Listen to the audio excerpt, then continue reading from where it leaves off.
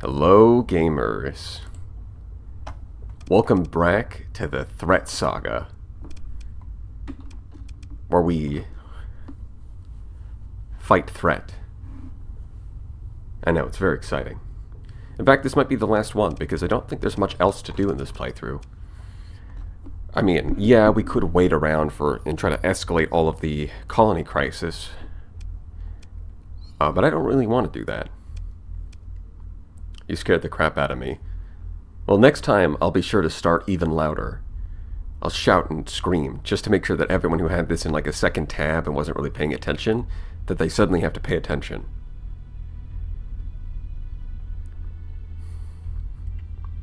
Yeah, that's what we're going to do from now on. I'm not just going to say hello, gamers. I'm going to scream it. Just for you. Thanks for the idea, by the way. I appreciate it. I guess I could do false idols. I just don't know if I want to run through the whole quest line. Although you can pay to skip the first part of the quest, right? Isn't that right? My favorite part of any Saturday. Yes. Yes, because it is Saturday, as we all know.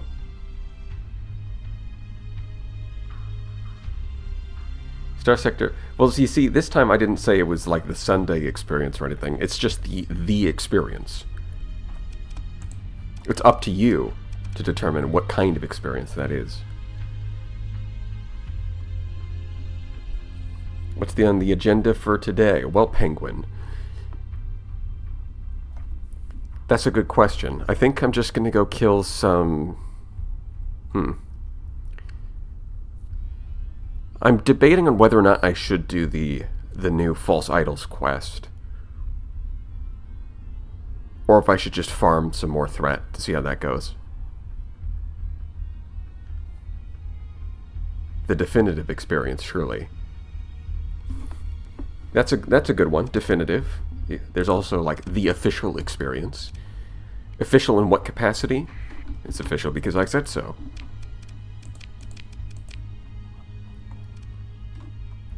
I think I'm going to need more fuel before I leave. Yeah, my fuel tanks are like half full.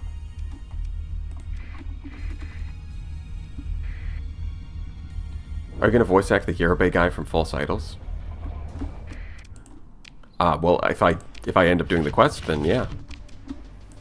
I'm going to read the lines. But not in between. The Legendary Experience Deluxe. Yes. Yes, indeed.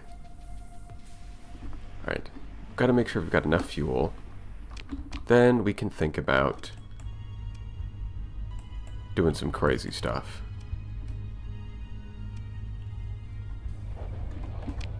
The definitive experience sounds like a suffix to a band that's doing their 10th comeback tour. That's a very specific experience. Did you see the video in which someone modded the Empress of Light boss fight into Starsector? No, I haven't. But that's kind of awesome. I like it. Because the Empress of Light is basically a Toho boss that they put into Terraria, and now they're putting it into Starsector. That's brilliant. I like that.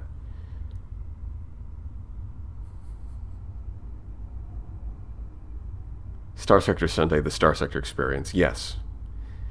What's the plan for the Astrals? I think really what I should do, from a strategic standpoint, is I should drop one Astral and get an Executor instead. Because then I'd have exactly 8 fighter bays with like this, and this. And this could easily be replaced by an Executor, which would help beef up my front line. Strictly speaking, I think that's the right thing to do. So let's go do that. You know what? Let's go do that.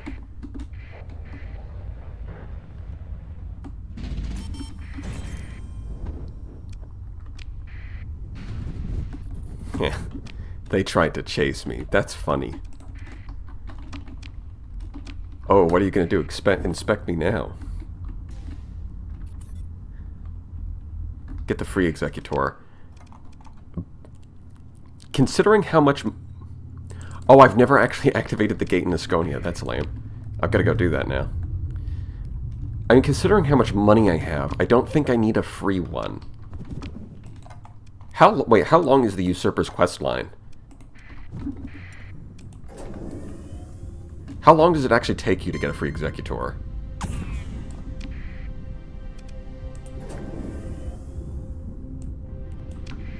Pretty long, please don't do it. Yeah. That seems like something you should do early on in your playthrough. Get a nice free capital ship. It's only like 3 missions. But 3 is 2 more than 1.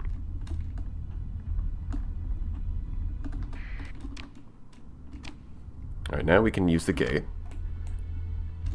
And we can just, yeah, you guys can say it's quick all you like, but I have $1 million billion. Like, I can't count too well, but that's pretty close to $1 million billion, which is enough to just buy whatever I want.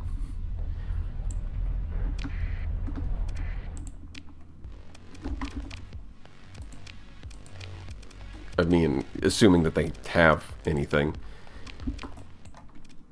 Let's see. So it's not Syndria. Let's try Volturn.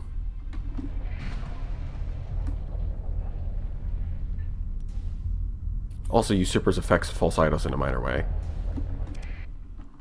Well, I do like that. It's nice that the quests sort of interact with each other. Wait, is this like the one time I'm going to show up to the Syndrian Dictat and there's no Executors for sale? What are the odds of that?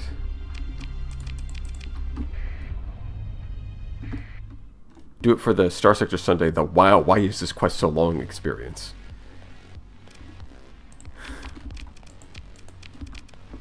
I don't think that's the kind of direction we want to go.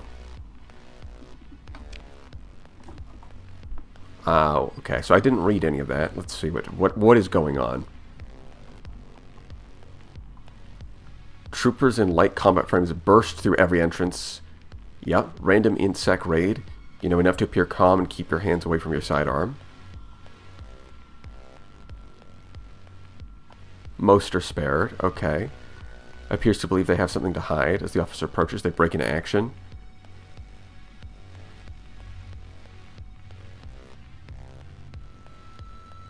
It is safest to see nothing.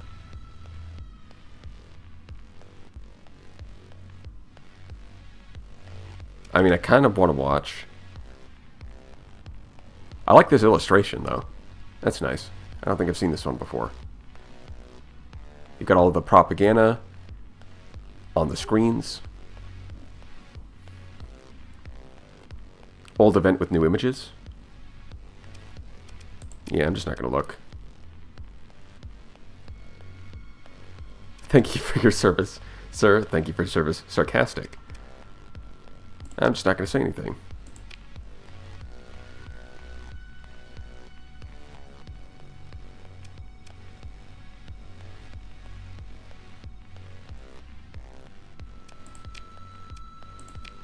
And now I go back to the bar.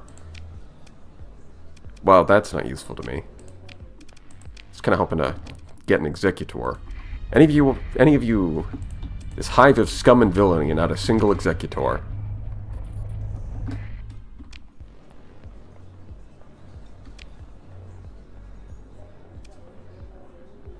Alright, I don't think... Yeah, I think that one has no... No, that's stupid. I'm not doing that. I think this questline has no, time limit. Right. This might as well just grab that. It's a free alpha core you can get.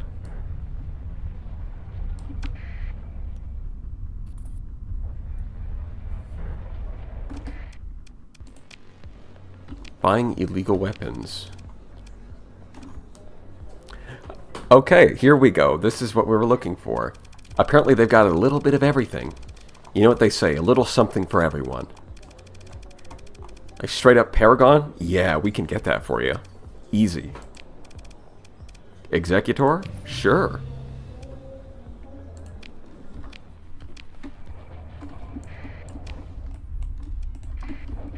And with the buff to the Giga Cannon, it might actually be usable. Speaking of, maybe I should go Maybe I should turn off my transponder and try and hunt down some Lion's Guard. Get myself some Giga Cannons. I mean, there's only recon, though. Where's the big one?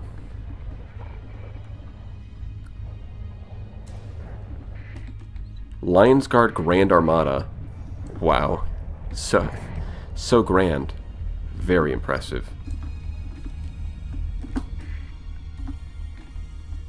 Now, I don't want to mess this up and openly declare war. I want to... not. I want this to be a stealth mission, sort of. Obviously, I need them to see me, but, you know, I just need them to not recognize me. Yeah, the recon's going to come harass me. No, I want to fight the big one. I do love how you lose so much reputation every time they interact with you. It's a good thing, despite the fact that they don't recognize you. Well, why are they ignoring me? They're just parading. They're like, yeah, I know that there's a guy with his transponder off. Have been positively identified. Wait, what? I have. So if they talk to you, they can identify. Okay, I'm not actually clear on this mechanic here.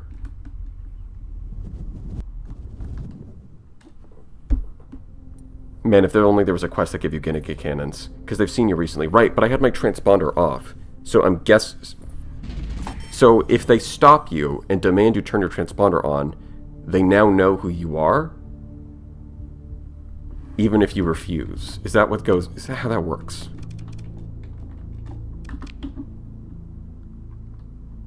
They seen you near the colony, but they didn't know who I was before, didn't they? Okay, or maybe I just didn't do it right in the first place. Surely they don't know who I am now. I left the system, and I came back. That clearly, probably works. I hope it works.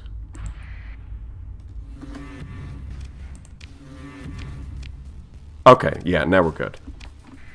Now we can kill them without any issues. I don't think we're going to need too much, are we?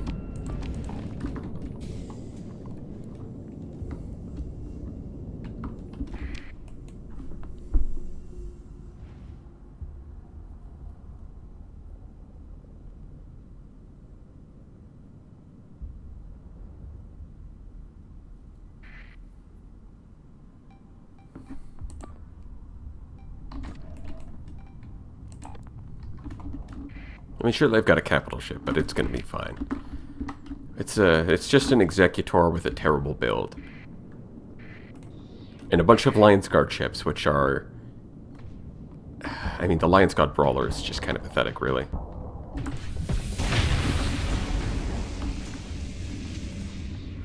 Nothing to worry about with that little guy.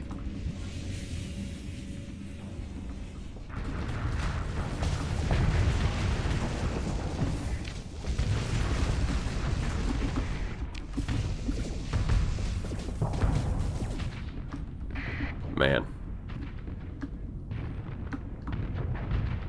Die. Thank you.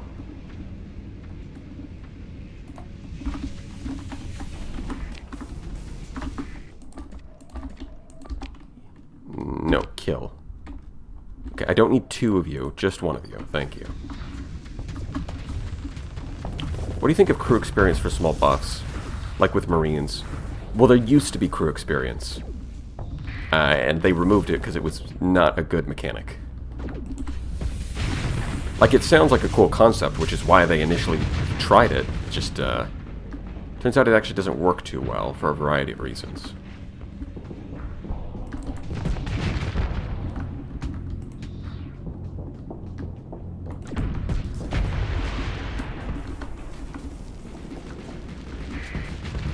Yeah, it does sound cool, that's for sure. The problem is, like, how... I think the biggest issue that they ran into is just how do you manage... If you have crew at different levels of experience, how do you manage which ships they go into? Like, if you have 100 crew that are, like, elite, and then, 500 crew that are regular, how do you... like, how do you distribute them to the ships that you want them in? And the problem is that you'd end up having to, like, people like micromanaging and shifting around their ships to sort of like optimize the distribution. But the only way to do that was to just move your ship's order in your fleet, and it was just not very good. An overall fleet buff?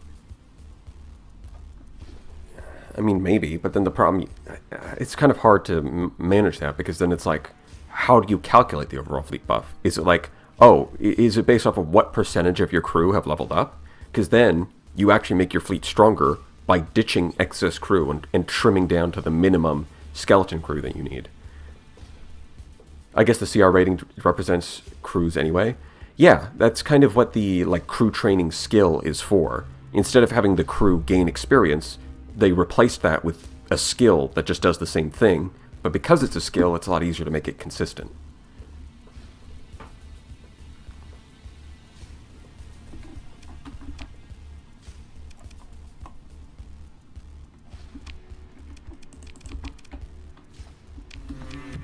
I got 3 giga cannons. Easy. So easy. Never been easier. Good afternoon, Iridile. Let's see, how long? 42 days? Yeah, alright. I guess I'll just go do something else. I could go get this research station. Then we'll get that executor. Oh, there's even a gate nearby. Nice.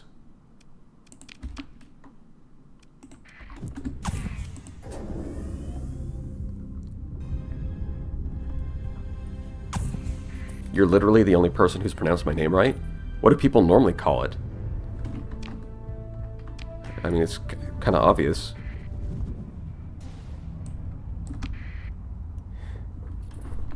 Most go full American and call it Iridale. That's kind of funny. Or, no, Erdale? Did they just skip the second I? It's Erdale. Yeah, no, I don't think that's... More like... Yeah.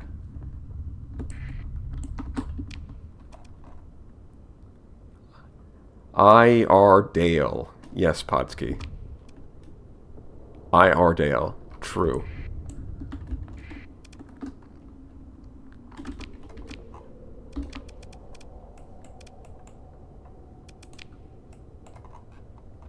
I mean, if we keep saying all these wrong pronunciations, eventually I'm going to forget the right one.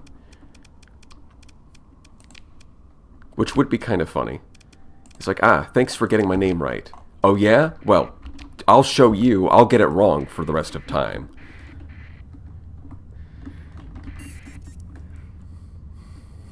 What's poppin', gamers? What's poppin' is enemy ships, Alejandro.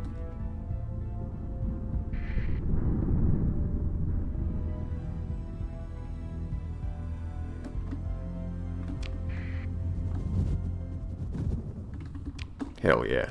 Let's see, is this the harder system? Okay, so this has got to be it.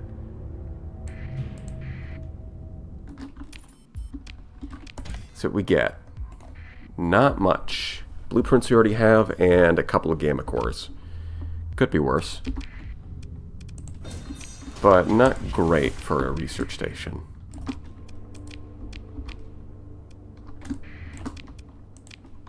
I guess there's also an orbital habitat out there. If somehow the red dwarf was the center of the system and not the neutron star. Did you submit your tournament fleet? Oh, I did that a long time ago. And by a long time ago, I mean like last week. Yeah. I'm pretty excited for this round of the tournament. It's probably going to take a while for it to come out, though. Because there's twice as many people.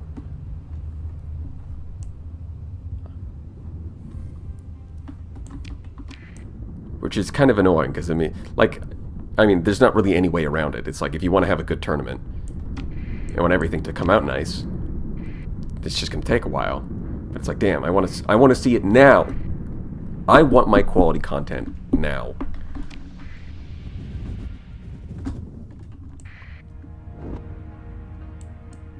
Neutron stars are so scary in this. I hate them. But that's what's awesome about them. They should be scary. Neutron stars deserve to be scary. Well, clearly, okay.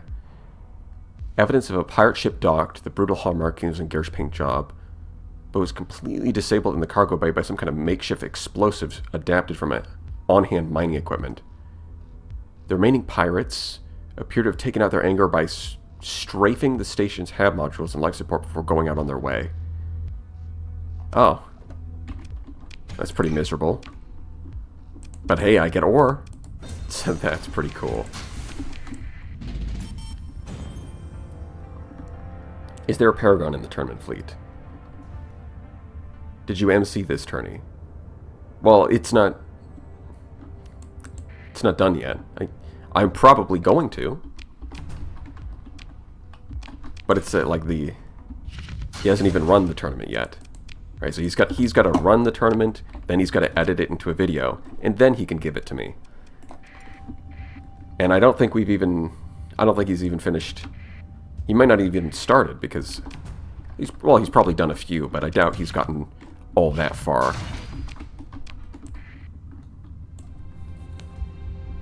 Say something controversial so we can bring it up when you're a big name. Ah, that's true. That's a good idea. Yeah. So I'll have to I'll have to think of something because I want it to be like I can't just say just start saying like the N-word, because the problem with that is it would be really out of character for me, so people wouldn't believe it, right? So I've got to come up with something that's like horrible and controversial that would easily get me canceled, but it needs to be like something people would believe. I'm gonna have to take some time to think about that. Just say Andrada bad.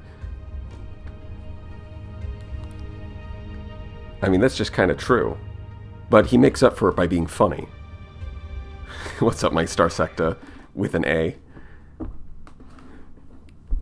There's a joke in there somewhere.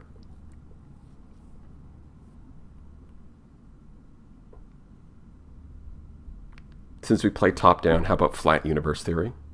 Just make some really vague tweets for people to bring up in 6 years' time. Well, that would require me to use Twitter. I heard saturation bombing neighboring polities is all the craze these days.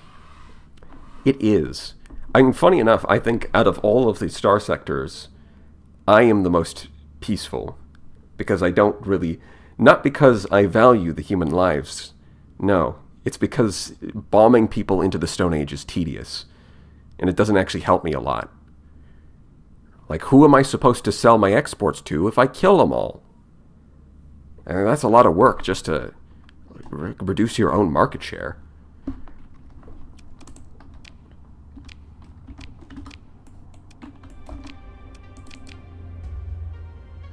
Oh, it's some distance away. That's why I couldn't find it. Where did you come from? What?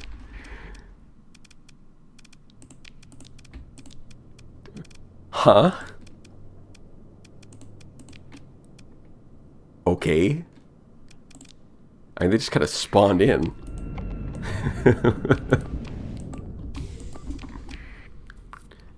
Tritech mentality, lawful evil, exactly. If you're gonna be evil, lawful evil is the way to go. Because at least it's fair. I mean, not exactly, but like there's the veneer of fairness.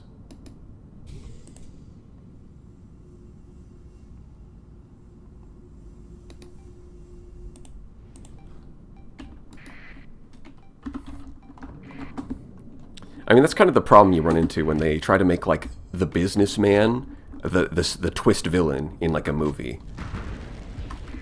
It's a lot of the time, it's like, wait, how exactly, like, their whole plan is like, aha, I'm an evil businessman. I don't care about people dying. And it's like, okay, I can believe that, but the problem is that your plan is going to, like, ruin your financial, like, you have nobody to sell to if you do this plan. So it's not really consistent with your other motivations. It's like, you can make the businessman the bad guy, but I've got to believe that he's actually going to make money from his plan, instead of actually screwing over his company, you know?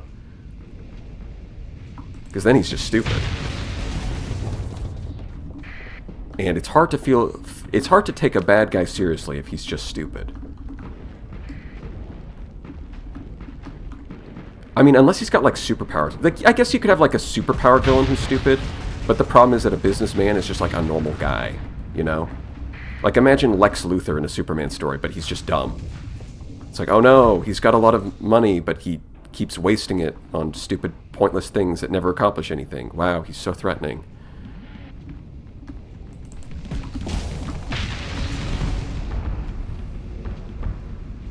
Didn't Tritac try to PK Chico?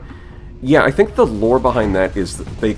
So basically, Artemisia's son is, like, good at her job, and then she got ousted by a bunch of others, like, people.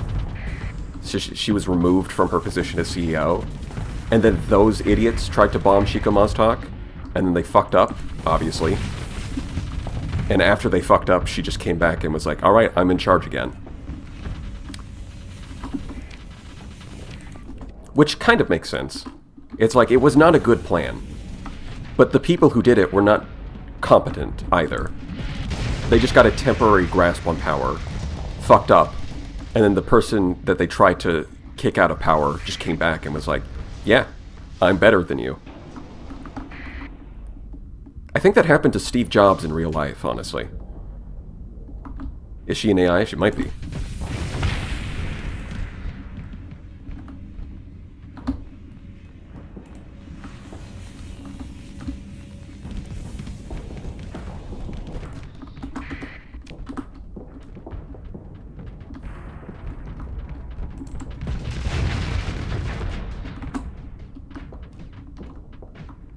Wait, that's how you pronounce Chico Maztak, or however it's spelled? I think so. I call it Chico Maztak. Steve Jobs tried to erase Chico Maztak? Yeah, that's the part of the history that they don't tell you. Apple would never tell you that, but I'm telling you the truth. Steve Jobs did try to eradicate billions of people. You know, like 2,000 years in the future. That did happen.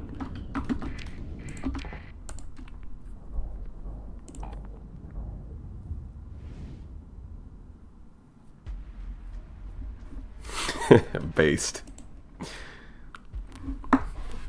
It's so sad that Steve Jobs died of Ligma. Who the hell is Steve Jobs? Ligma balls.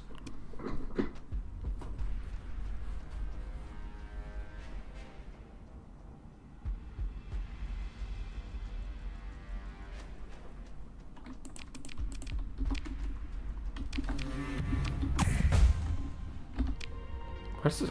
Yeah, so, yeah, okay.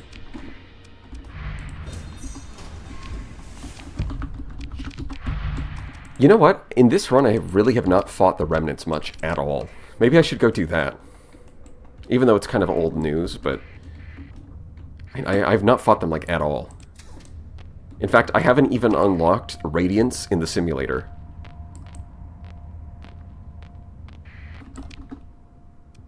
Okay, that's definitely pointing there. I know there's an orbital habitat in this system somewhere. Some Tritac administrators have hypercognition, which is otherwise... Yeah. Yeah, I'm pretty sure that... Yeah, a couple of them do. Or maybe just one. I'm actually not sure. I've definitely seen it before. So it's probably... When there's rumors that some of them are run by AI, it's probably true. But the only person who knows is John Starsector, because John Starsector is the only one who can open the market data. Oh, it's delivered to Syndria. Silly me. For some reason I thought it would be delivered to my colonies. No, no, no, no. Of course not. If it would be delivered to my colonies, then she would have offered, like, free shipping. Okay, I'm not fine. Where is this thing?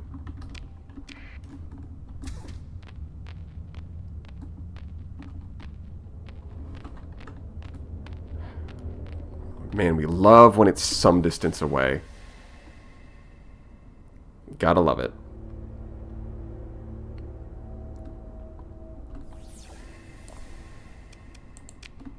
Xenia Glamour Rotnev is pretty much confirmed to be a cyborg. I mean, would a cyborg get hypercognition? Because surely it's still a human brain in there. Yeah, apparently I'm just not going to find this. Alright. That's fine. It's only an orbital habitat anyways.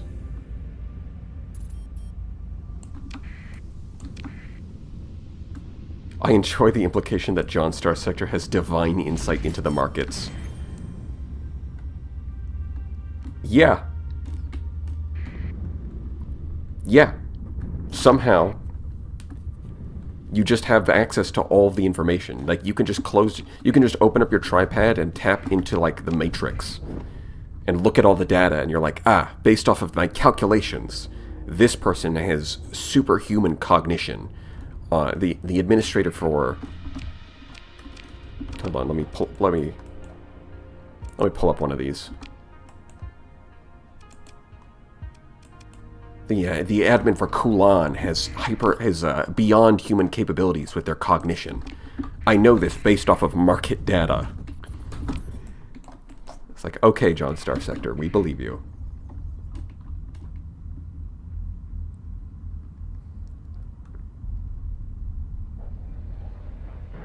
Have you ever played the fencing minigame? I actually haven't. What? Why are they mad at me?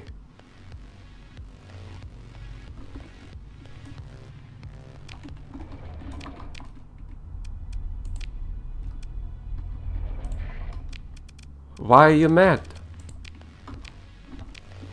Here, have some AI cores.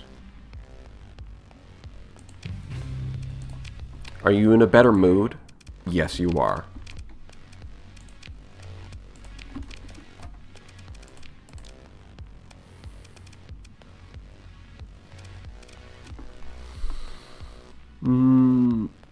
I mean, missile specialization's not really what I want for the Executor, unless I go with Squalls. But I was kind of thinking about Locust. I guess it's fine. It's not that big of a deal.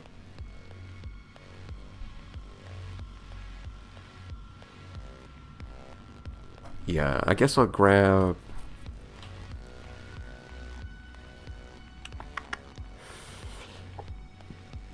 Gunnery implant? No, it's got to be ordnance expertise at least. What would the last skill be?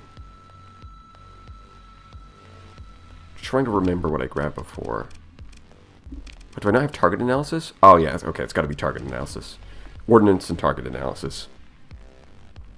And if I get those skills, then yeah, you can do this job just fine. We can, like, mothball this.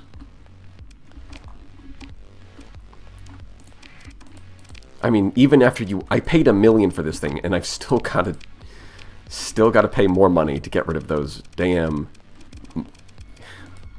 special modifications. Thanks, Andrada. Very cool.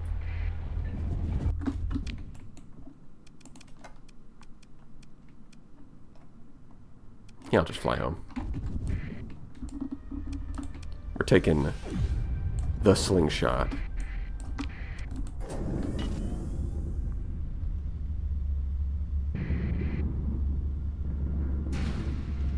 Locust can also trigger Thunderhead. That could be interesting. 2 large missile slots worth missile spec? Yeah, in general it is. I was just thinking about using Locusts, in which case it's a bigger... It's still fine, it's just Locusts have so much ammo that it's usually a higher priority to get something like gunnery implants. Something that buffs your other weapons. But it's still not bad, especially when it's elite. It's definitely not bad, can't say that. Because I want to use that build that we used when chat put 3 Executors against Threat. Because this is actually pretty good. Oh, do I not have enough? Okay, so I've got to strip this ship. Go to storage. You go to storage. Because... Oh, wow, really? Okay, well, hold on. We can switch these over to gravitons, right? Yes. Okay, now we can get our last auto lance.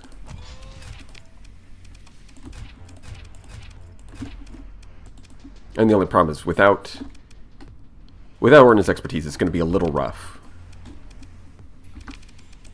It's going to be a teensy bit rough.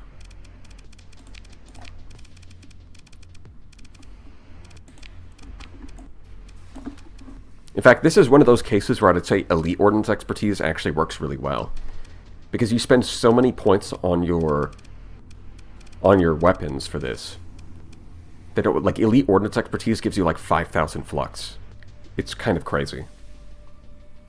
Turns out Giga Cannon isn't dog water anymore. Exactly, Spin Loki. That 20 people say that some people said that the buff wasn't going to be enough, but I mean, partly it's just that I think. I mean, I gave it F tier before. That's probably being too harsh. It was funny, so I stand by giving it an F tier because the bit was funny. But I don't think it was really F tier. It was like D tier. It was just not very good, but not like the worst thing ever. But now with that 25% buff and the introduction of the Anubis, it's like, okay, it's not bad on the Executor, because it like has such a limited flux that the flux efficiency here is nice, and Energy Bolt Cohere increases its range. So it's actually not bad here. And it's a similar story with the Anubis. It's got such a limited flux that if you want something that does damage, Giga Cannon's not a bad choice. So it's actually got a couple of ships that would use it, and the increase in hit strength, DPS, and efficiency all rolled into one. Alright. It's kind of like, well, maybe C tier, maybe B tier. I mean, it's got to be like B tier, right? Yeah. Maybe. Maybe like a B minus. Well, I'm going to have to make a tier list anyway. I've got a lot of ideas. I'm excited to make my next tier list. I've got a lot of ideas. Right, this time I want to make the presentation the same way that with like the missile tier list, I added visual, videos of what I'm talking about. I want to like go even further and like really get the presentation nice for the next set of tier lists.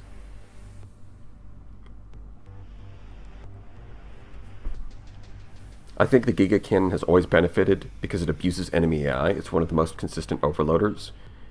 Yeah, having a large energy damage shot is pretty good for overloading enemies. I haven't found it too consistent, like the way that you're saying. Like, it does work sometimes, but sometimes it just doesn't. The one that is really consistent would be the Rift Torpedo. That thing overloads enemies. 6,000 damage a shot is... Yeah, it definitely does the job. 2,500, not as consistent, but it can do it. What S mods are you going to install? Expanded magazines, probably. It's kind of tough because I've got 4 choices that I want. I want expanded magazines. Turret gyros is usually pretty decent. But then I also want extended shields to give it 360 and a repair unit because it's a capital ship. And getting that repair unit can be a very big difference. So it's like I've got to drop one of those. Really appreciate the fighter tier list. Doing the mechanic breakdown at the start was a big help. Yeah, there's definitely a lot of quirks to the way that fighters work. I figured addressing that at the beginning would help everyone sort of understand why I'm rating them where they are. And plus it's just a nice learning experience. Is extended shields that necessary if you're going for the repair unit anyways? Well, I thought about that, and initially that's what I thought. It's just that even with the repair unit, the AI gets a little scared, right? If it's got the back end exposed, it just gets scared of getting flanked. Whereas if you give it extended shields, it has no fear all of a sudden. Now it's like, okay, I'm just going to fight. I'm going to point my guns at what I want to kill, and I'm not going to worry about any flanks because I've got 360 shields. I'm basically invincible. Versus 270, it's like, no, I've got to point my shield strategically so that I don't get flanked because that would be really bad. So it's not so much for for a player ship, then I would just get automated repair unit. But for an AI-controlled ship, getting extended shields just improves its behavior. I'm curious why the Giga Cannon needed a buff. Thought it was supposed to be a joke. Well, the idea was that it was supposed to be bad on the Lions Guard ships specifically, but useful outside of those ships. And so the joke wasn't that the Giga Cannon was bad, it was that they built a weapon that makes their ships, that like doesn't synergize with their ships at all. That was the idea. That's not really how it panned out, though.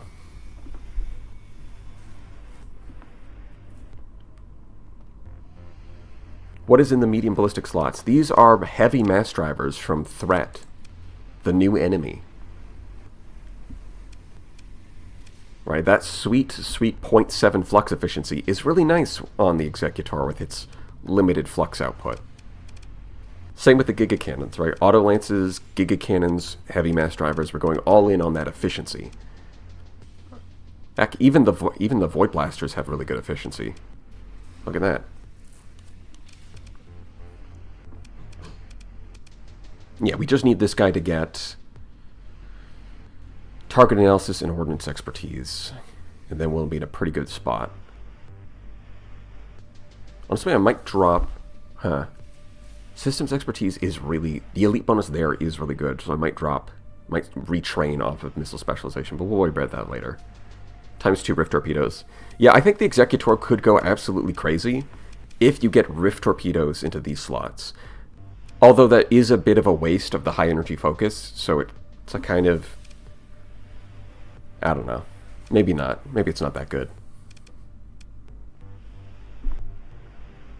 Field modulation would go hard, but target, like, if it's a capital ship, you really need target analysis so it can kill other capital ships, and this thing desperately needs ordnance expertise.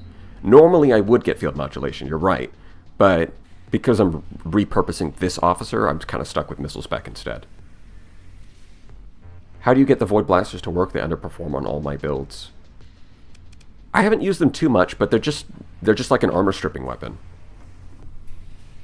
That's kind of it, right? It's like the Void Blasters do a good job stripping armor, and the Auto Lances do a good job vaporizing hull. You put them together, not bad. They both benefit from magazines, and then you just get some kind of kinetic weapon to deal with shields. I don't know, they have really good burst damage against armor and hull. Get rid of combat endurance. It's arguably worse than field modulation. I disagree. It's 5% damage reduction to shields, armor, and hull, and 5% bonus damage, and 5% top speed. Compared to just 15% shield damage reduction, I think combat endurance is better.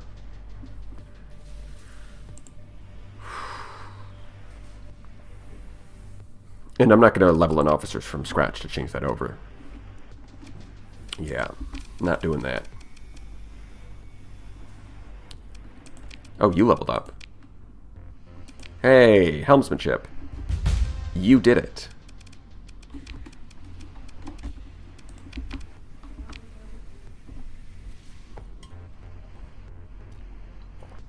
Void Blasters are really good on fast movers like Medusa. I wonder how Void Blasters could do in a Harbinger. I mean, I've already built in advanced optics, so it's a bit late for that. But I could definitely see a Harbinger build with going Void Blasters. That might be worth trying in the future.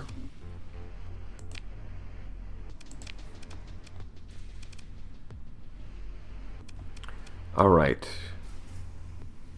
I actually need to go to the bathroom. I should have gone before starting stream, but I'll be back in a second.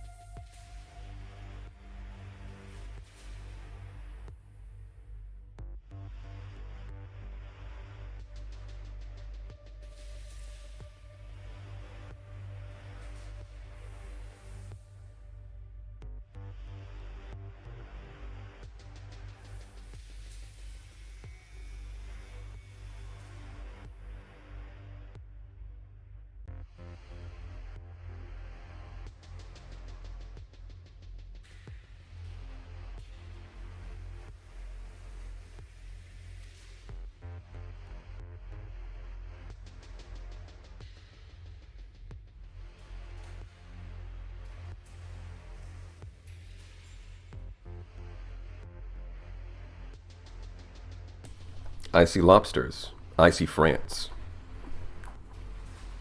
You finish that rhyme. I tested out Void Blasters and Harbinger and the AI doesn't handle it well. They aren't quite bursty enough for the AI? Interesting.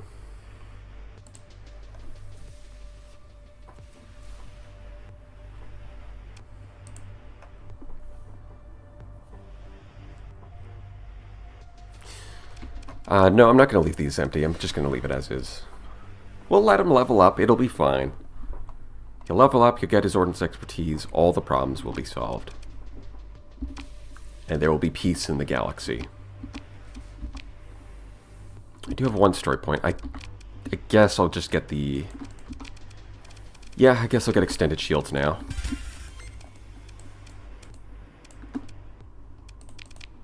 But I mean, this build has proven really good. Like, this can...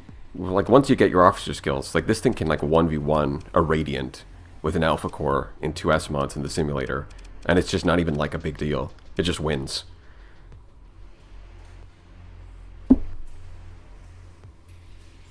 It's very impressive.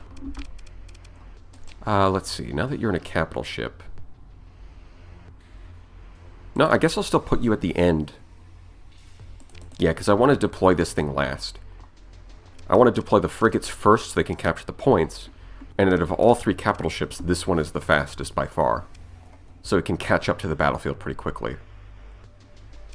So yeah, this is still how I want to organize it. Okay. Seems fair.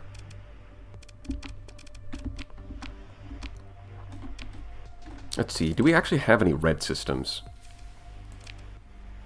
Remnant Nexus.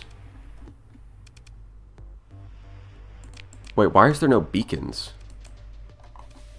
So I know that there's a Nexus here, but I didn't apparently see the danger beacon. That's weird.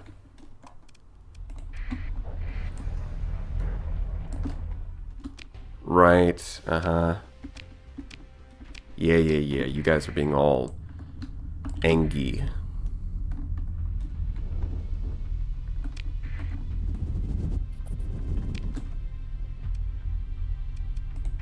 Let's go to that Remnant Nexus, see if we can find some stuff. Hello. Research station, you say?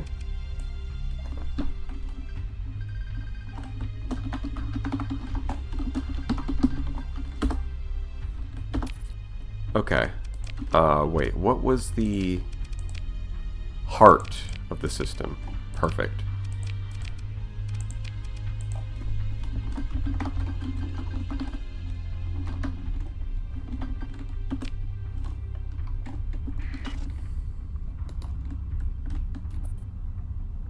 Does the AI not care if you put wormholes in their space? Yeah, it doesn't. You can just do that. It's no... They're like, eh.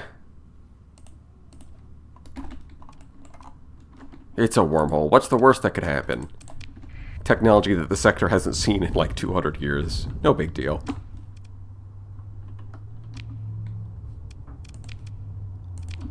Oh, it's a little further over than I thought.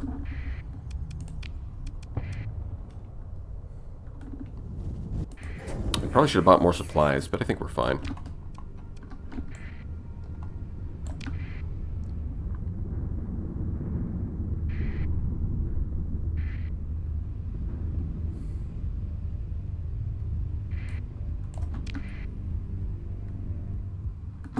Was that a gate in the abyss? Yes, there was. I used the gate hauler to... Where's the gate button? There it is. I used a gate hauler to put a gate in limbo. Which is not really what you should do. If you want to travel, fast travel to limbo, you should just leave the wormhole anchor there. I wanted to try a gate. It's alright. Wormhole anchor just does it better. Better off putting the gate, like... Because, like, right now, I've got a wormhole anchor in my system and a gate out here, when it should be the other way around. I should have a gate in my system and a wormhole anchor out here. I did it a little backwards.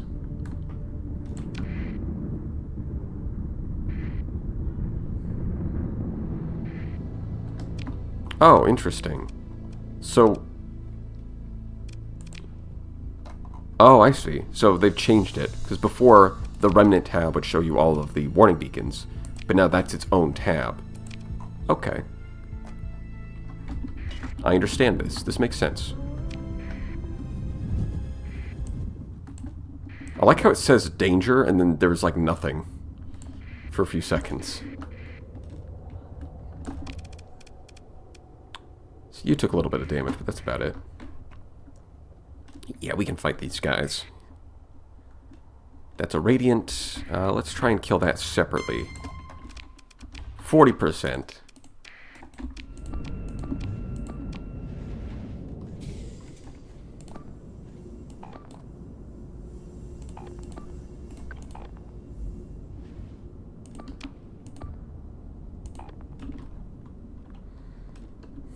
John Starsector is the prophet of the free market. Now that's a title. I am the prophet of the free market. I am the one who reads the will of the invisible hand. Yeah, that'd be a cool sci-fi religion right there. Kind of the opposite. the religion of profit. Too many religions deal with spirituality and, you know, moving beyond material wealth. What about a religion that's all about material wealth? Now that would be something. That's just Warframe Corpus.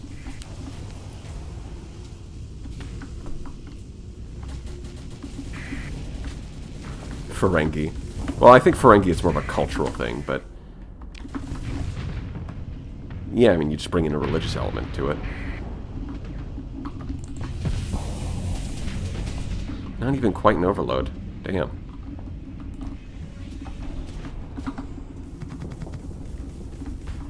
Super materialism. Yeah, that's a good name for it. Oh god, what are you doing? No, no, no, no. Get out of there. Nope, you are... buddy, you are going the wrong way. Get out of there. You kind of have to babysit the Harbinger a little bit if you want it to work.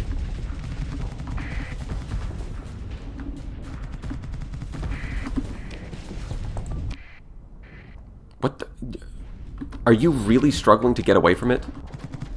Like that badly? Just move. Just go in the direction. How did you get hit with a Tachyon Lance? That shouldn't even happen.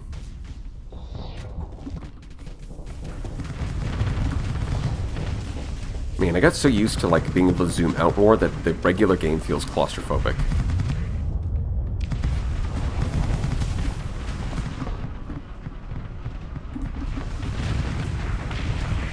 That was nice.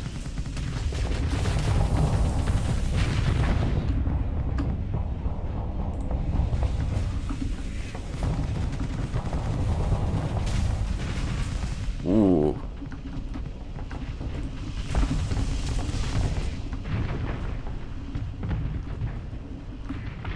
Beautiful.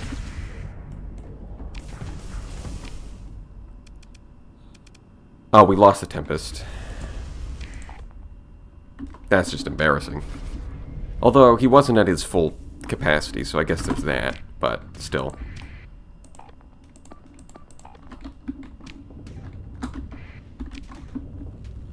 Where even are you? Oh, you're up here, okay.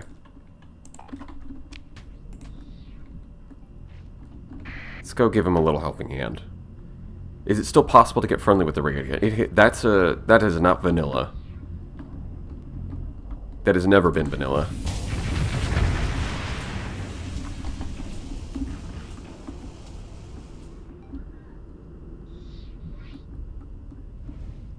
Is there a way to get more Omega weapons, or is the supply limited to how many Hyper Shunts there are? Well, there's always 2 Hyper Shunts.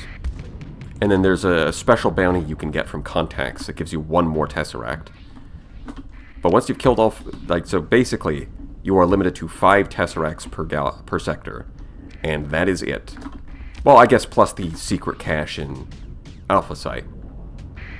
But that's it. It's those 5 Tesseracts and the secret cache.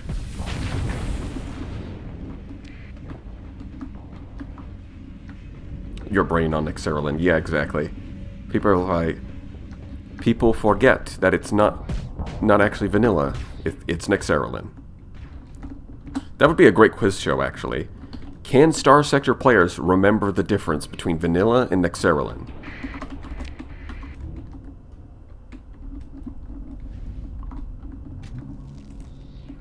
No. The answer is no. But that would make the quiz show exciting.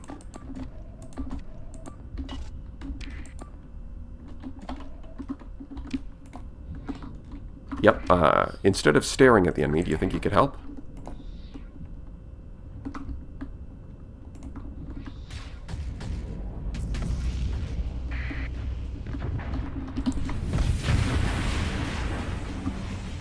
A little tag team.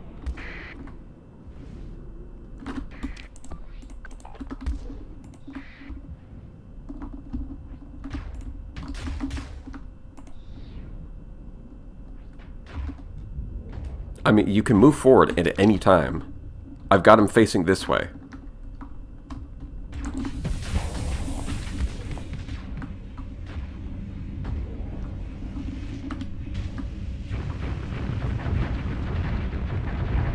Okay, that was pretty good. I mean, between our two abilities, he basically just one-shot that guy.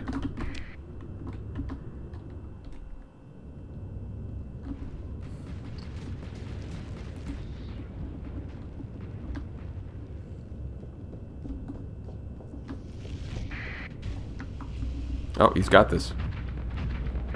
Yeah, he's got it. I don't even need to help.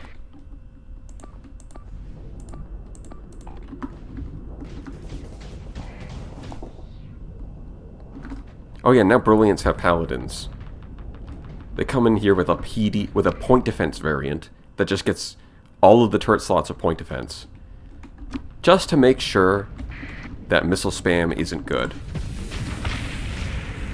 Or at least not as good as it used to be. Honestly, I'd say it's in a pretty good spot. Like, missile spam is a strategy you can do, but it doesn't feel insane compared to anything else. Now we just need to make the Griffin fun to use when you're not spamming long-range missiles. I want my Cyclone Griffin, damn it. It's just too fragile to make it work, unfortunately. Or at least to make it good. You can make it work, it's just not good. Oh, thank God, please stream for a couple more hours so I have something to listen to while doing taxes. You got it. Nobody should have to do taxes. Nobody should have to raw dog their taxes.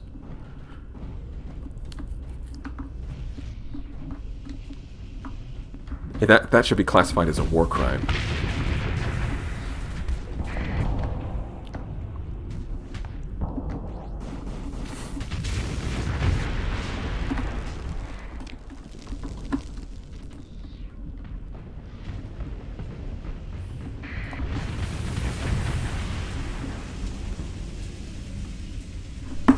John Starsector, prophet of the free market, says that nobody should have to do taxes. True. Exactly. Alright. What did we get? We got the Nova. Okay. And they're far enough that I can actually salvage some of it. What did you get?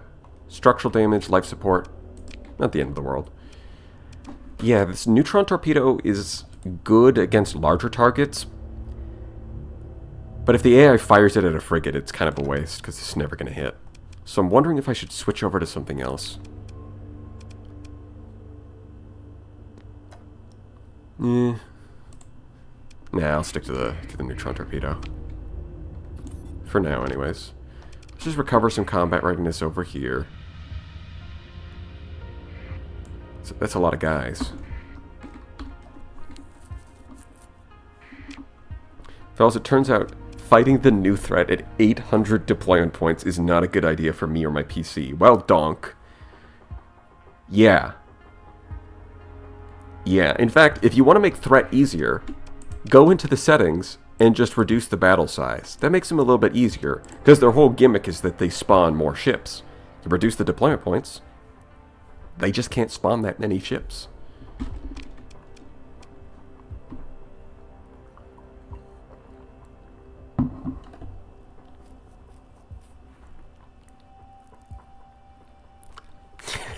That's it. I didn't smuggle heavy weapons to Pathers. The hand of the free market bestowed them those combat mechs. I am merely an agent of the free market's will. Arresting me does not solve the problem.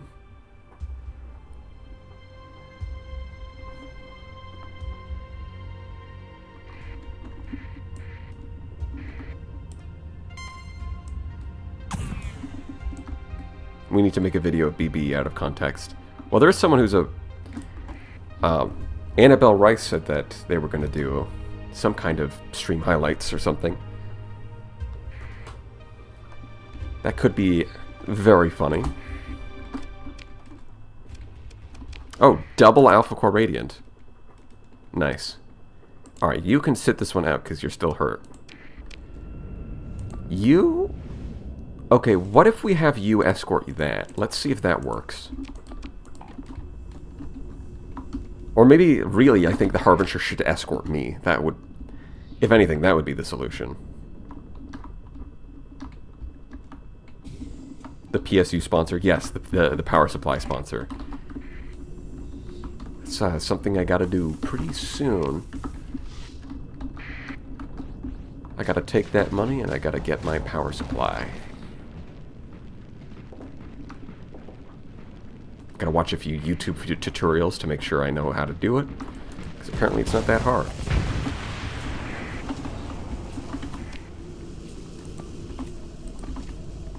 Okay, can I... Yes, I can.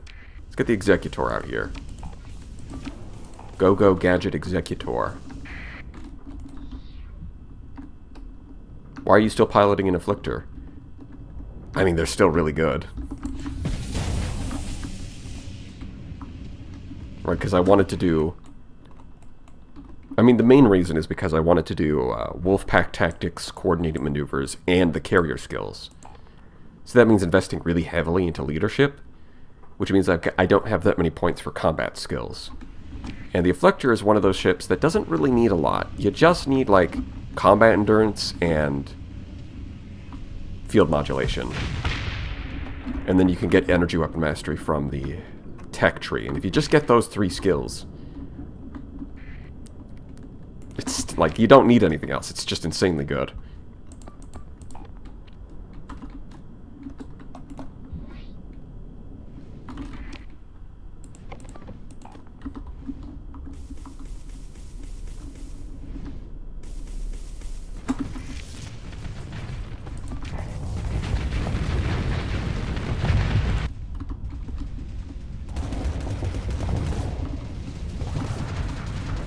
Oh yes, fire your Giga Cannons at nothing. Excellent idea, sir. Why are you so close? Aren't you a steady officer? I don't think you needed to get that close. Wait, hold on.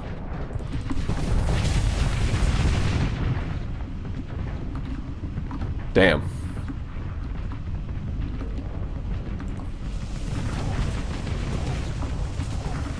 He got obliterated. We didn't even need the reality disruptor for that one. He just died. Big fan of the combat AI from the last few updates. They finally slip up enough with the flux I felt I could learn. Yeah, I do think that something that could be really interesting is if they make more difficulty levels for Starsector, but instead of it being like but like just with different levels of intelligence for the AI.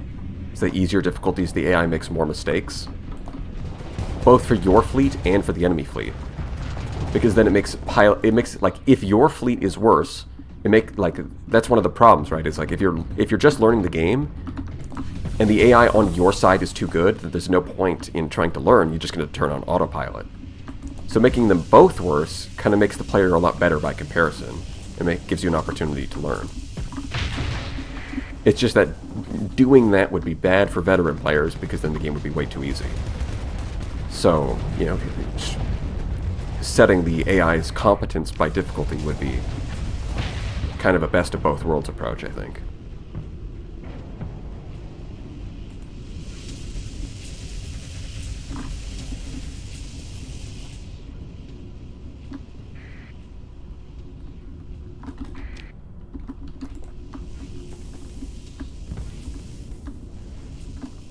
but it's also teaching you bad habits, I don't think that would be an issue. Like, like, if you're learning bad habits because the AI is dumb, that's better than not learning at all.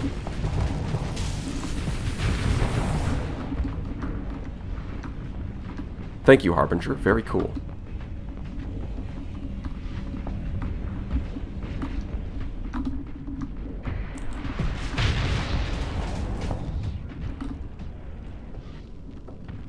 Yeah, it's like you might learn bad habits on easier difficulties, but when you turn up the difficulty, you're going to unlearn those bad habits and learn better habits. Right, but it's a bit, like, at least, even if you're learning bad habits, you've at least got your foot in the door. Whereas if it's too hard in the first place, then you're just never going to have a chance.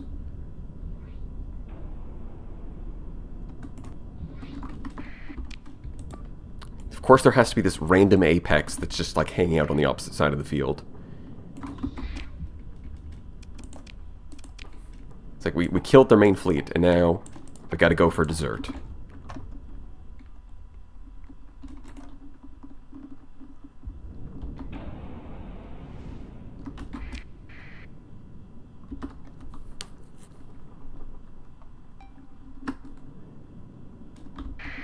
Oh, phase... You guys think he has enough phase lances?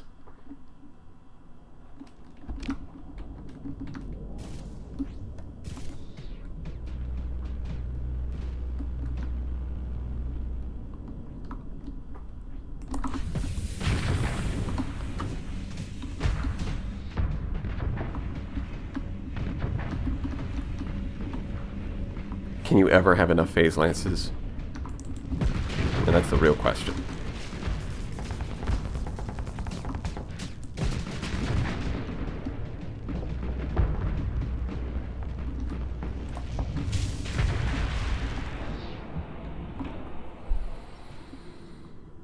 Does anyone else think frigates and destroyers don't respect apexes enough? Yeah, sometimes. It depends on the build. Like when the Apex build that's got just a bunch of pulse lasers is really dangerous to frigates and destroyers. Because it's just got enough shield damage, like great accuracy, so they can't really dodge it too well. Hit strength is high enough that it can just chew through destroyers, even the tankier ones. It's like that variant is specifically pretty good. Well, I guess the safety override one is also fast enough that it can usually keep up with them.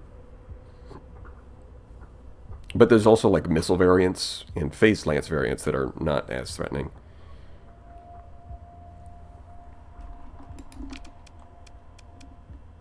Okay, did anyone level? You did. Okay. Ordnance expertise. Just the skill we needed. And I've got 3 story points. Awesome. Alright, let's look at this flux capacity. 18,000.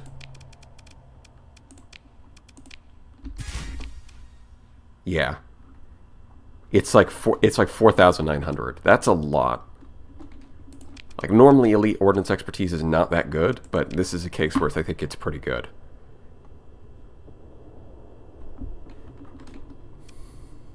While I'm at it, I should probably S-mod this.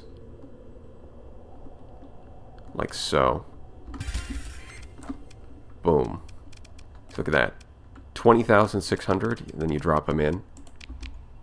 He gets 329 dissipation and like 5,000 flux capacity. Like, this thing has all of its points and weapons. Dios mío.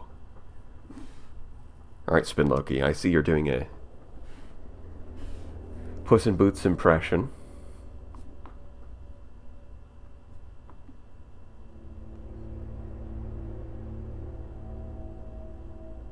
Whoa, those Giga Cannons, are they good now? Yeah, they're alright on some ships. They're definitely usable on the Executor and the Anubis.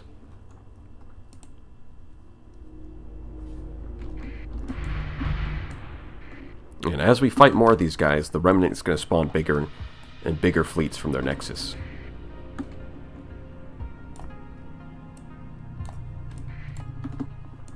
Which is great, because that is perfect We love to fight bigger and bigger fleets. Giga Cannon no longer F tier. Yeah. It's like C plus now. Yeah, it's somewhere around like C plus, B minus. Wait, 1 more day, 0 days. And finished. Okay. Let's go in for another round. How are the Abyss weapons performing on the Paragon? I mean, they seem to be doing pretty good. They definitely... They do a lot better against Hull. Worse against shields, better against Hull. Because they don't have any shield penetration. Right, and the fact that the Tachyon Lances have burst damage, you know, makes it better at, like, getting the shields when they're, like, nearly maxed out on hard flux, whereas these don't contribute too much. But against Hull, these things melted a lot faster.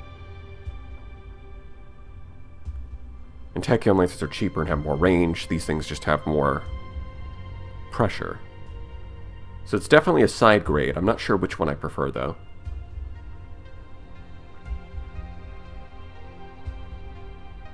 My biggest issue with Glare on Paragon is they don't synergize with Fortress Shield. Yeah, I think that would be the biggest issue. Because stuff like Tachyon Lances, like if you go Tachyon Autopulse, you know, it can fire all of its weapons, and then as soon as the Tachyons go on cooldown, just activate Fortress Shields and wait for them to come off cooldown. With the Glare, it doesn't really get to do that because it's a sustained weapon. Glare, so it's probably better suited to something like the Champion.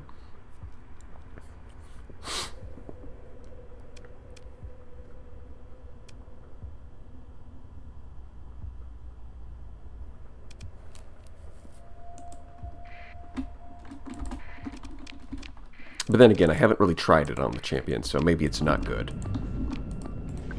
But I think in theory it could be good. Just gonna have to find out. ×4 Glare on Radiant is pretty toxic in player hands. Oh, that could be interesting.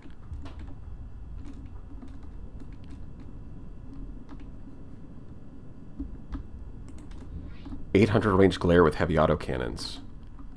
Yeah, that does range.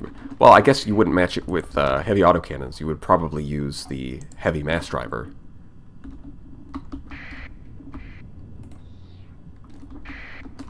You farm Threat for some heavy mass drivers. You farm the Shrouded Dwellers for some Abyssal Glares.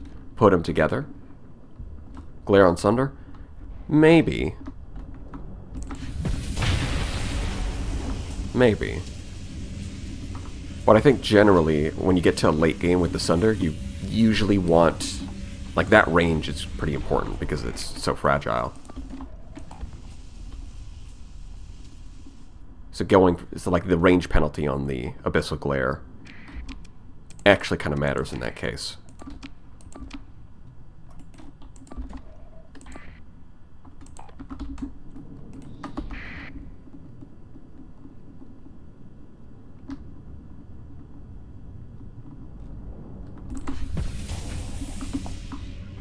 I ran a bunch of Glares on Sunders, and I cannot decide if Tachyon is better.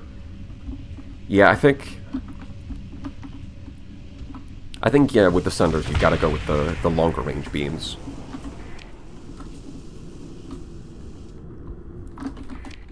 I am really curious to try it on the Abyssal Glare on the... Why are you still going upwards? Go over here.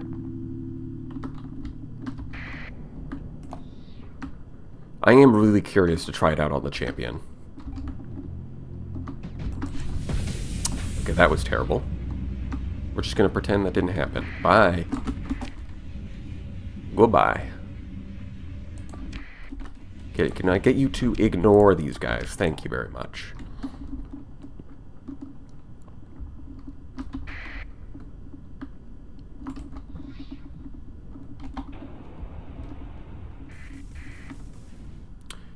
Do you think the Odyssey is a good candidate for Glares? I don't know. I think that it really needs that hard flux options.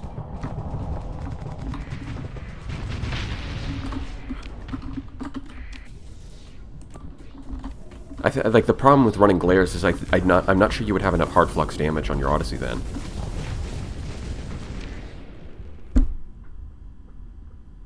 High scatter amplifier. I mean, high scatter amplifier would put them down to like 500 range, right? It's a little short.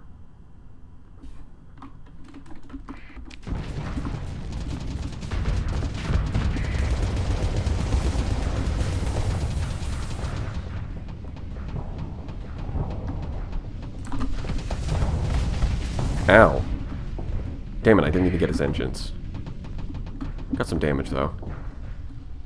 I mean, that's kind of why target analysis is nice for something like that, because the extra engine damage means you can kind of one-shot them. But alas. Just don't have the skill points for it.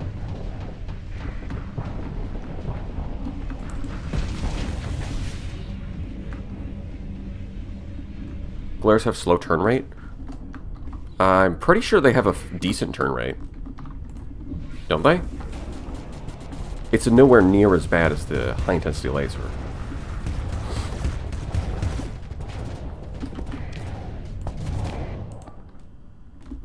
What is... Oh, it's being chased by the... Speaking of safety override... Apex. It's just chased my poor Tempest all the way to the edge of the map. Alright, you can retreat. It's fine. No big deal.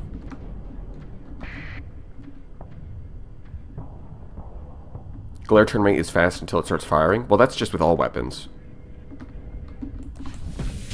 Every single weapon is like that. It's just more of a... Oh! Okay, so it did retreat. Okay, good. It's just like that. The fact that weapons slow down when they're on cooldown, or when they're firing, is just a lot more noticeable in sustained beams.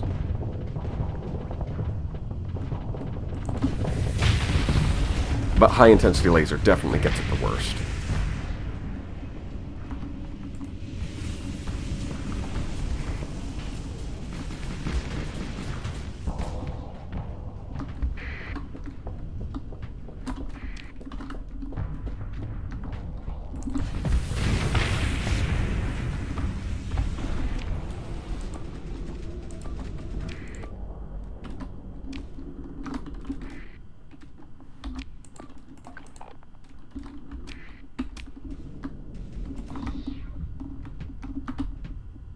Man, those damn burst lasers really were gonna let that harpoon hit me.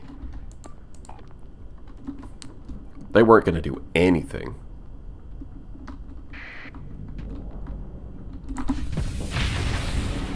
I like how the Omni Shield prioritized blocking the resonator instead of me. That's kind of funny. I have no idea why.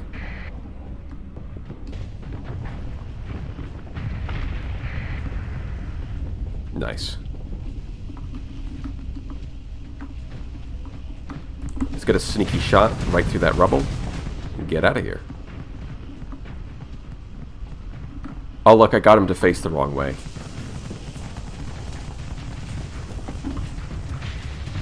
Sucks to be you.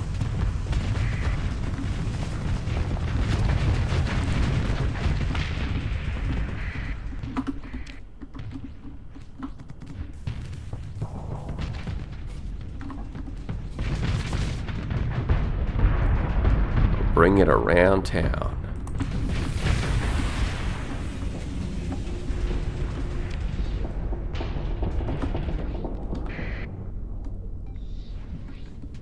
Quad A and B's equals highlight plus delete. Yes. I get a dopamine rush when I see Anubis with 2 paladins, unload all charges with temporal shell. Yeah, because sometimes they do, because like normally they save their charges, but sometimes when they activate temporal shell, they just decide to unload it to the enemy. Which is pretty decent hull damage. If not much else.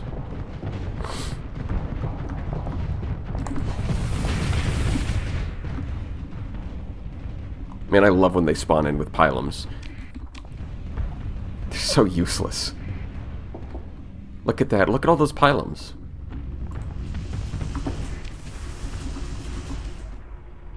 Yeah, we just had the Tempest retreat and everybody else is doing fine.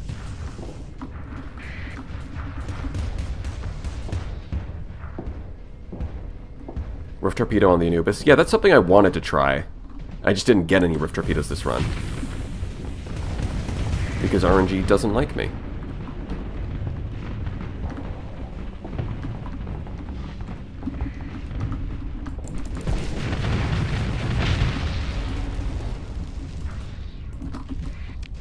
And then there's that one Brilliant left. So yeah, we have no problems fighting remnants. It's a lot of free XP, really. If this is the last stream, then just spawn them in. Yeah, I guess I could have done that. In fact, I could still do that later on. Or I could restart the game and do it now.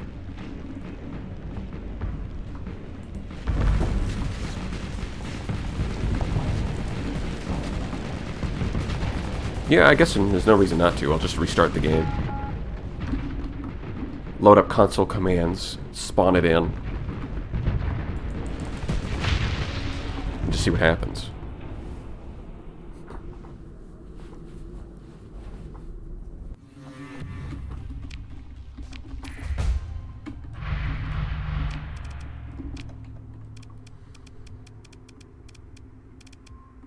No levels, alright.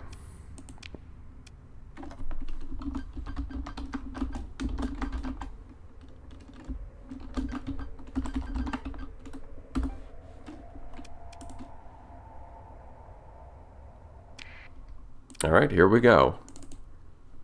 Go Gadget console commands.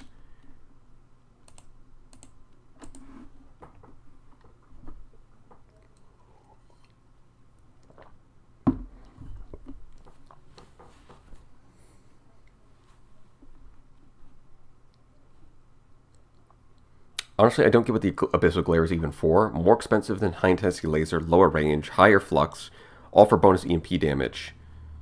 What is it actually good at? That's a great question. I mean, it does feel kind of strong.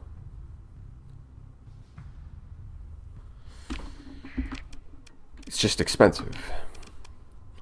Like, these things do a really good job at melting hull.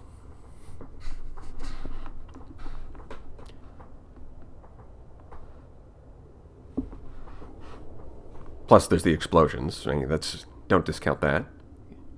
The extra explosions that do 100 points of energy damage to all nearby targets.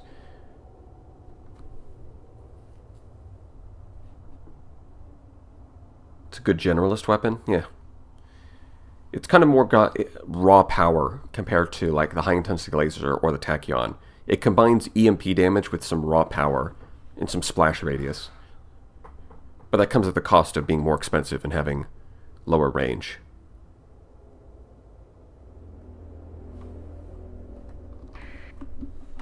Alright, add weapon Rift Torpedo.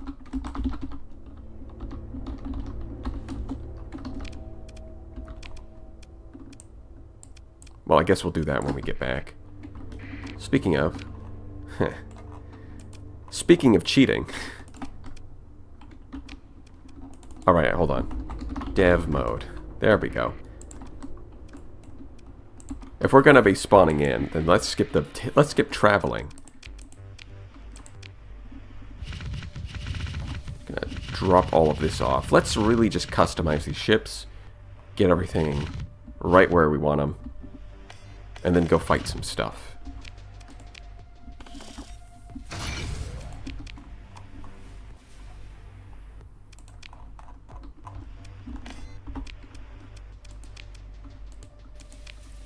And I collected a decent amount of alpha cores.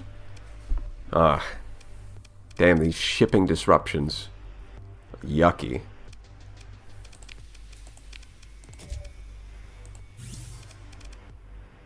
Let's piss off... Yeah, let's try to piss off the hegemony a little bit more.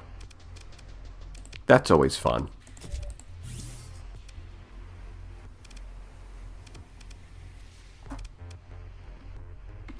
Okay, there we go. Let's restore that. Let's get our Rift Torpedo.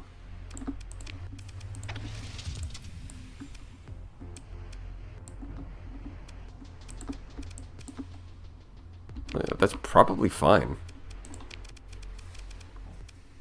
All things considered. Just do like a balance between these two. Although it'd probably be better if I S-mod. It's always going to want hardened shields, right? So maybe I can do like this.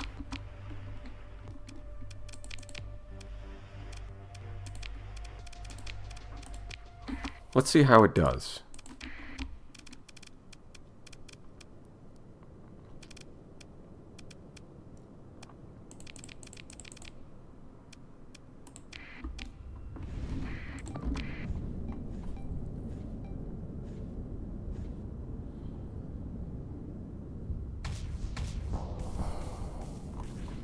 Yeah, I mean, well, the Omega weapons being somewhat random per save file is kind of the point. Is that you don't really need them. They're overpowered. You can beat the game with regular weapons just fine. Omega weapons are just for flexing.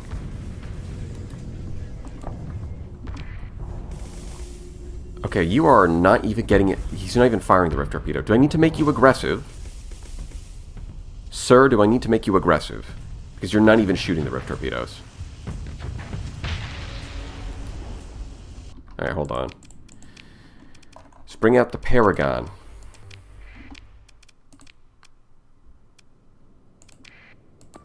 Let's do this.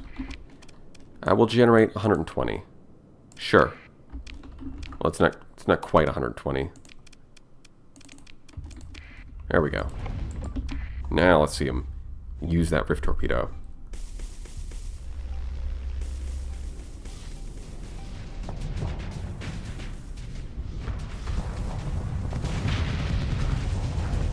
Okay, fire it at the destroyer. Go. Shoot your Rift Torpedo.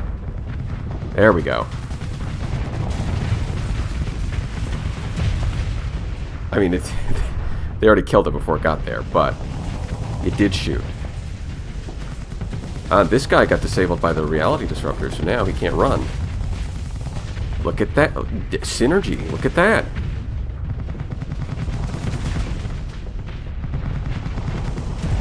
Bonk.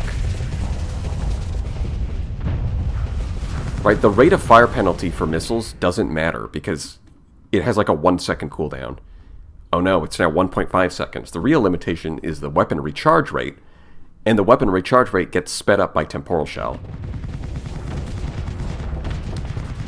So, Rift Torpedo is probably really good on the Anubis.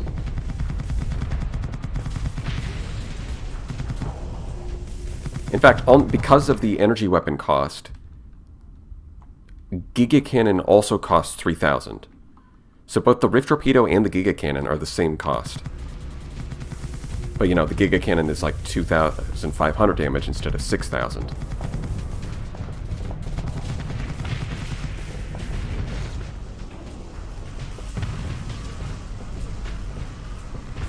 Yeah, Torpedo does more than double the damage, that's right.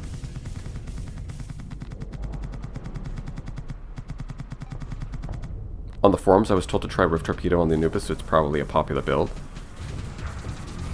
I mean, it should. I hope so, because it makes perfect sense to me. If anything, I think I might need ECCM on this thing.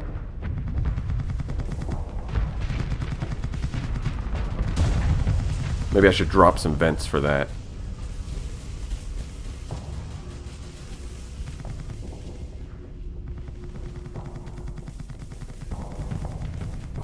Look at all of those resonators. Alright, hold on. Yeah, I think we need ECCM here. Which, if I was going to add ECCM, I should have done that instead of Hardened Shields, but, you know, the S-mod bonus is not like a big deal, so... it's whatever.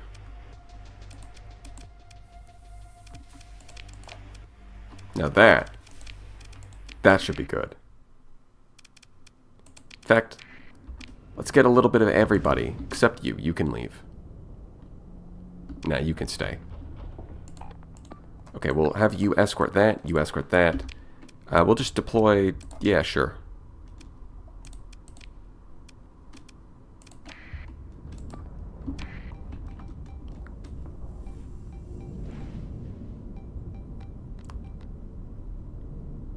Someone out there made a Anubis variant with 3 Rift Torpedoes, which is deranged. That is kind of crazy. When you say Anubis variant, do you just mean like a loadout? Or is it like an Anubis with rift torpedoes built in?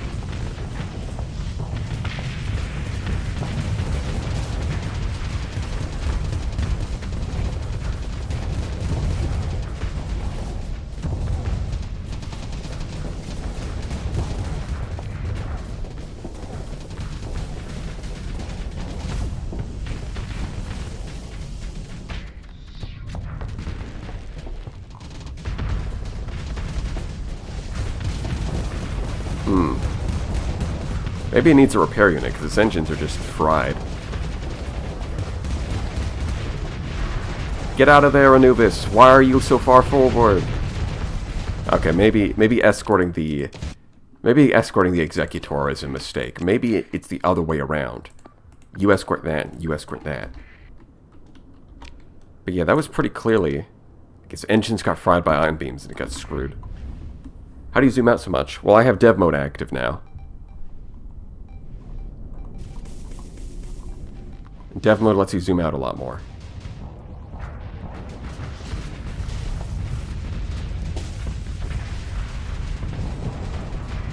Yes, we've brought in the Executor. Man, Rift Torpedo... Yeah, the Rift Torpedo needs to be durable. Because it's so slow. If you could shoot it down easily, then it would just never hit. It's kind of a great distraction in that way, because all of their point defense is going to be focused on shooting it instead of your other stuff.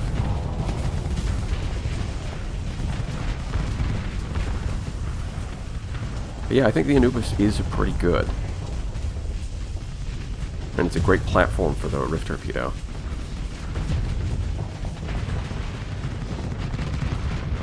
Yeah, it seems like the Anubis is better for the Paragon here. Although the Executor might be a bit too fast for the poor Astral. It's so much faster that the Astral just can't keep up.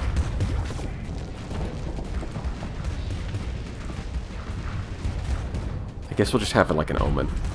That'll work. I now exist. Well, that's great, Fennec.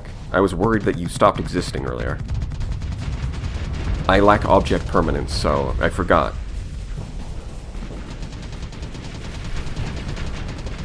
The poor Fulgen getting hit by 2 Rift Torpedoes.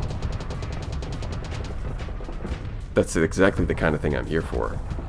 Why no 1080p? Because my internet upload is not very good.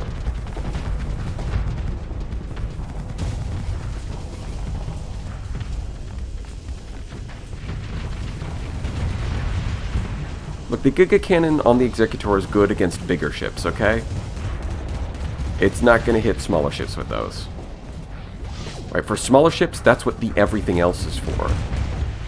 Right, like, all of these other weapons are really accurate, including the Locusts. So all of the other weapons kill small ships. The Giga Cannons are exclusively for bigger targets.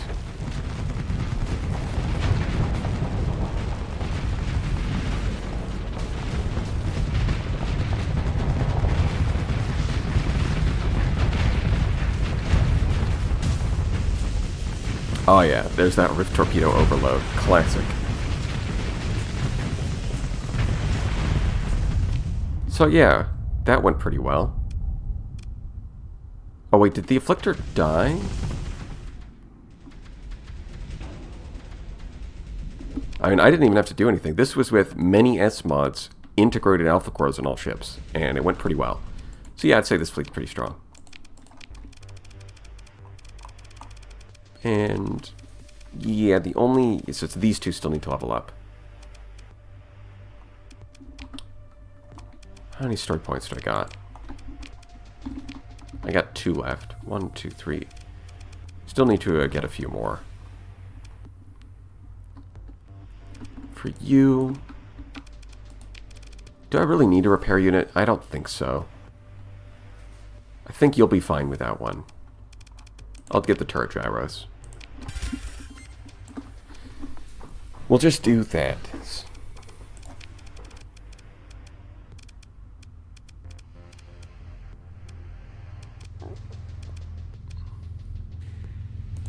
And for you, we'll get that.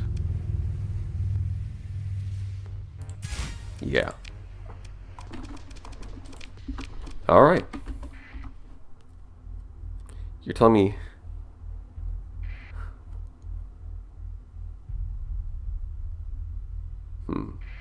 Add officer? No, I'm not gonna spawn in new officers. We're not gonna do all that. The Anubis spams so many resonators. Yeah, because so these Omega weapons, or at least the Omega missiles, work really well on the Anubis, because the main limitation is the slow recharge rate. But the recharge rate is not affected by design compromises. It's just the rate of fire. So, like, if you look here, okay, hold on. Can I keep it on screen while I point? Is there a... I guess I'll just do this. Okay. Let's see. Refire delay, 1 second. This getting reduced by 50% doesn't matter. What matters is the 20 seconds per reload. But the cool thing is, the reload gets sped up by temporal shell, and this applies to all of these. So resonators and rift torpedoes are all really good on the Anubis. It synergizes with temporal shell, and they're kind of unaffected by designer compromises. So it gets to spam all these Omega missiles with basically no downside.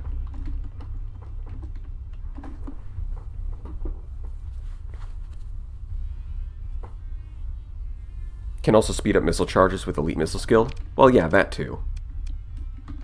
I'm pretty sure, yeah, I have that as well. I've got this to speed it up. I've got systems expertise to spam temporal shell to speed it up as well. Spin Loki sent 10 more people. Well, I would say Talon School, but I've got Wasps here. I don't actually have Talons. But thank you. Wait. Okay, now I'm getting a closer look at your profile picture. Is that... What is wrong with you? Spin Loki. Your picture is Donkey doing the Blade Runner 2049 scene. That's kind of unhinged. Most normal person on YouTube. You got that right, Fennec. But thank you for sending in the fresh blood. We do need more bodies to throw at our enemies. I appreciate that.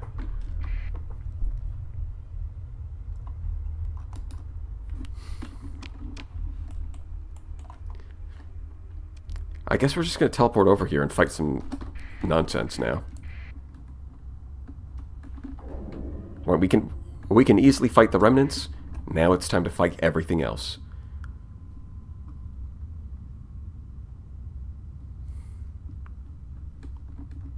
A donkey, my goat. Man, the first... I gotta say, you know, Donkey isn't just a annoying sidekick, at least not in the first Shrek movie. He's actually essential to the character arcs and the themes. You know, back when Shrek had those.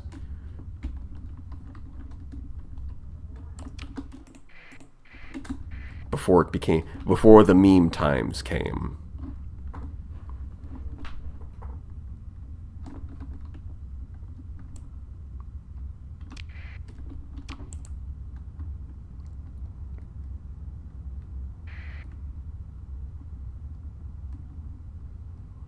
Sent 10 people to work in the Andrada, improved executor working conditions. Yes, exactly. Special modifications just for you.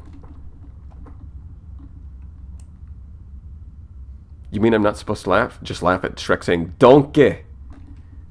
I mean, you are supposed to laugh at that, but there's so much more than just the laughing. There are other scenes in the movie.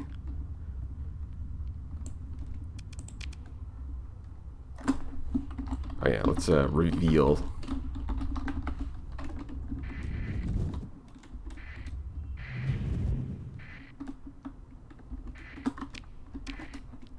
Damn, I don't think there's any threat here.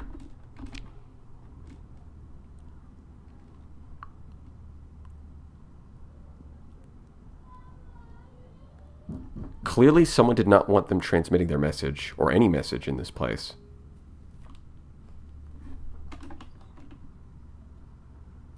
Yeah, I think this is a repeating pattern, is all of these ships that get abandoned out here, is that they get their... is they try to transmit something, but they're not allowed to. Like, all of the data gets wiped, and they never get to transmit anything. This is my first time I caught you. Any vital context I missed from the past 100 minutes? Not really. We're just fighting stuff. You know. Having a good time.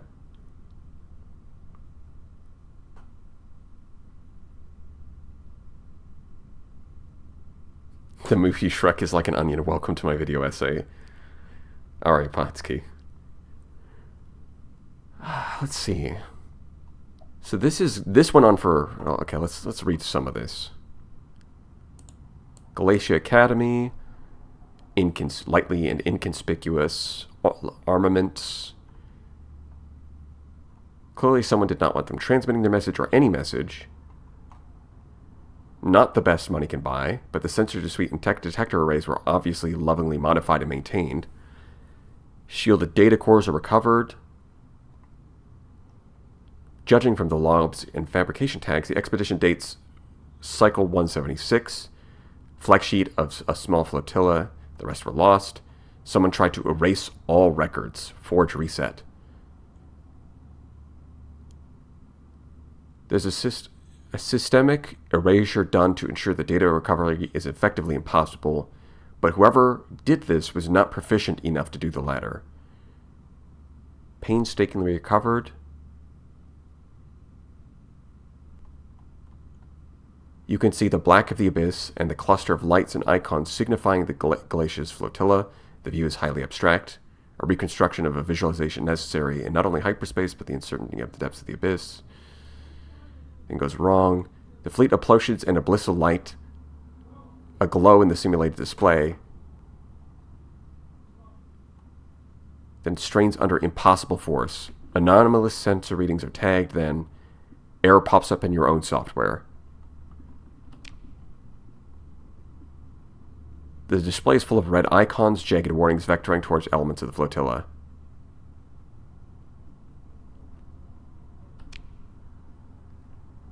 Uh-huh.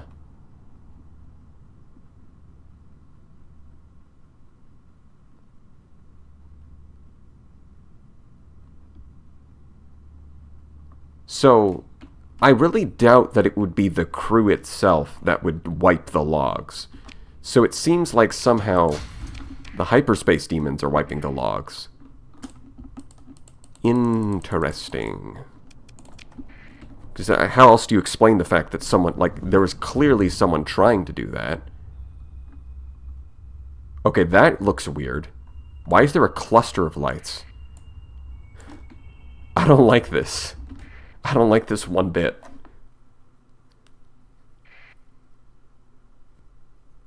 Is this your first time meeting with .98 mechanics and lore? No. I'm just reading through that one because I haven't seen that specific abandoned ship before. That was a lot more detailed than what I usually get.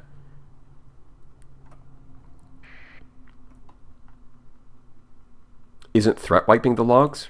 Well, according to what we saw on that ship, they didn't encounter threat at all. They encountered demons. There's a damn cluster of them. Why is there a cluster? This can't be good. Oh, some of the... okay, so these are... alright, you know what? We're just going to pop all of them. Here we go. Oh, they were normal. Okay. This makes sense. There was like 4 or 5 lights of different sizes all clustered together. And, yeah, they were just totally normal. Not like these lights, though. Those ones, definitely up to something.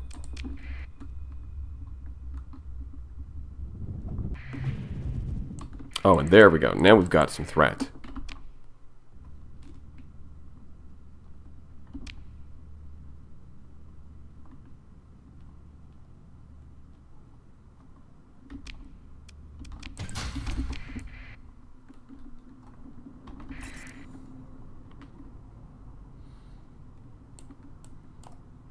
Let's see.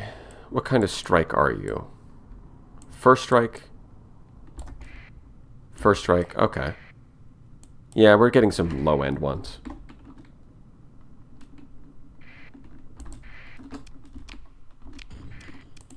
Might as well just kill him. Okay, so we will just have you two escort like this. I mean, the Harbinger always struggles against these things. I guess just escort the Executor. But yeah, the Harbinger is not... It definitely has its moments against the Remnants, but against these things, it's just kind of not very good.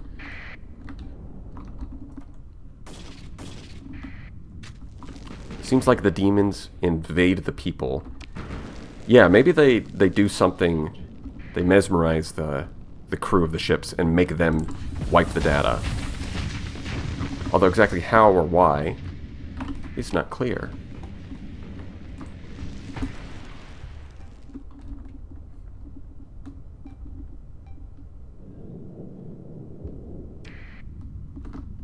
Well, that was fast. Damn assault units.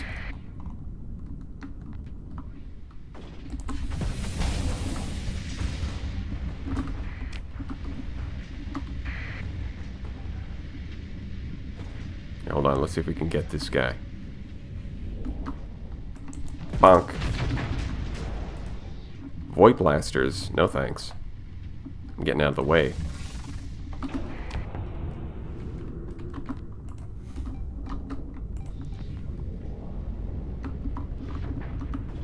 Hit him with your quantum blast.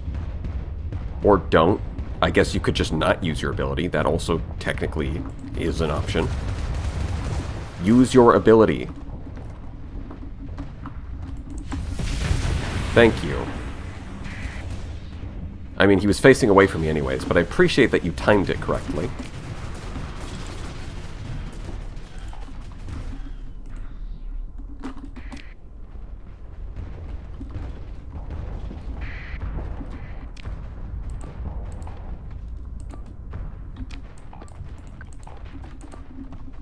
These don't really matter, so we're going to ignore those.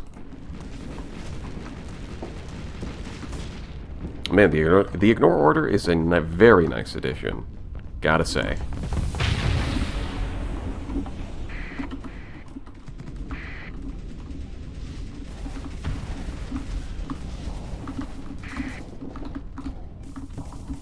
Alright, Anubis, kill.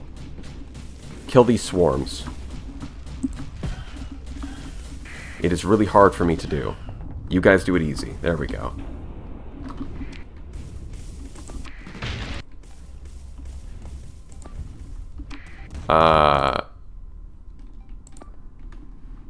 No.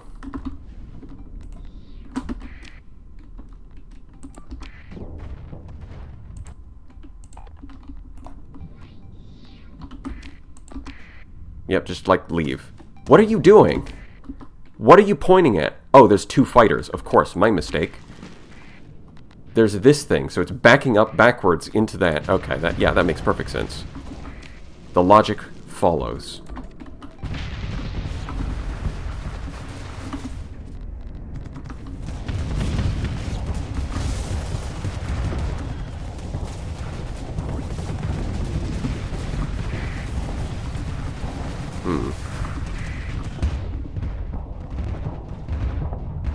Domain being the final boss is actually an interesting... Yeah, I mean, that would fit the lore. From what we know about the Domain. Their whole shtick was, like, constantly having to put down rebellions so they could keep control over the entirety of humanity. So the gates opening up and then the Domain being the final boss would perfectly fit the existing lore. A Radiant works very well against threat. Well, yeah, a Radiant works well against everything. It's a Radiant.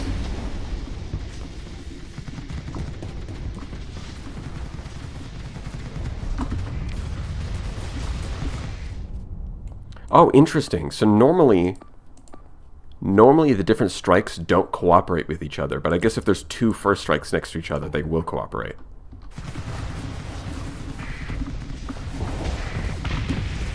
See, look at that. Giga Cannon is working. It's just got to be against cruisers. and capitals. Sometimes destroyers, but definitely not frigates. Okay. No.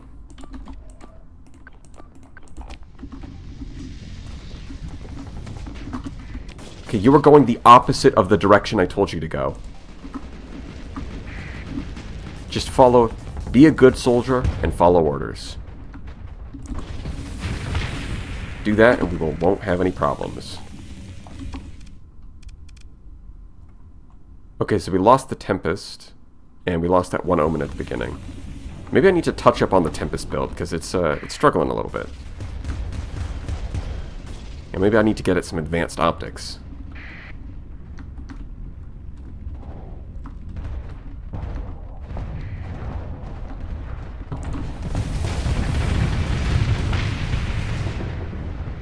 I've been trying to pilot Radiant with Neuralink mod. It never works for some reason. Am I missing something? Do you make sure to get systems expertise? Because the Radiant with systems expertise is going to be a lot easier to pilot.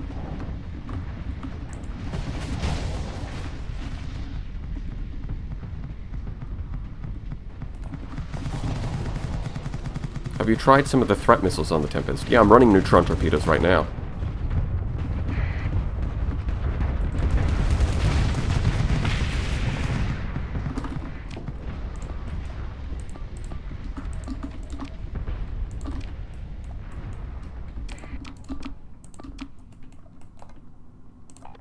Yeah, let's do that.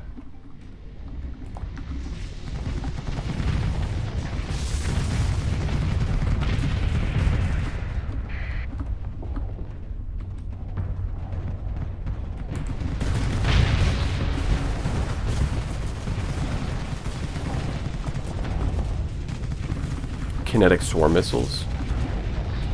Yeah, the kinetic swarm does seem pretty good. It just requires you to also get the hull mod. So it's a little expensive on ordnance points.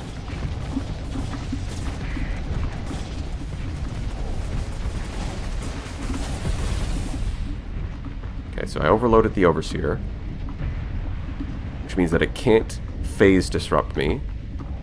So I should just be able to kill this guy.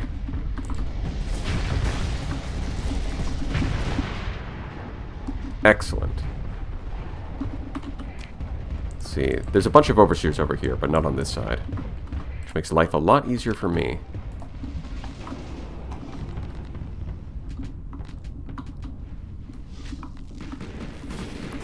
Yeah, Neuralink being a capstone was not very good.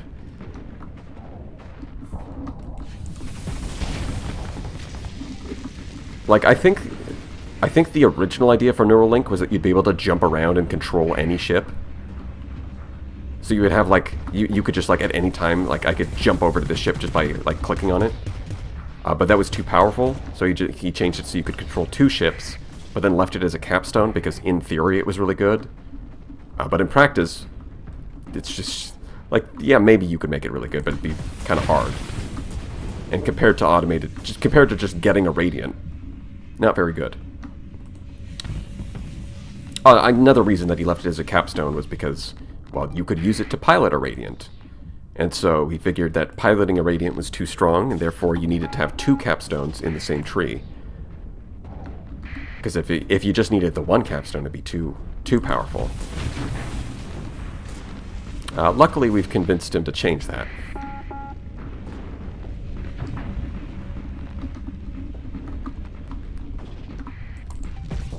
I think the current setup is a lot better.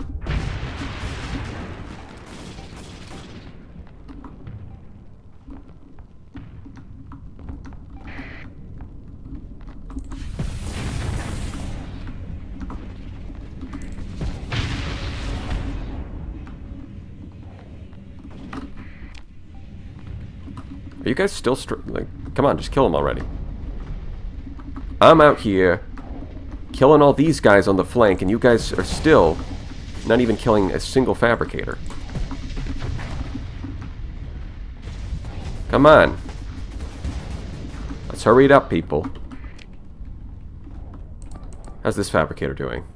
Its hull still at 100%. I mean, he's on top of it, though, so he's going to start killing it. We are down to 2 omens, though.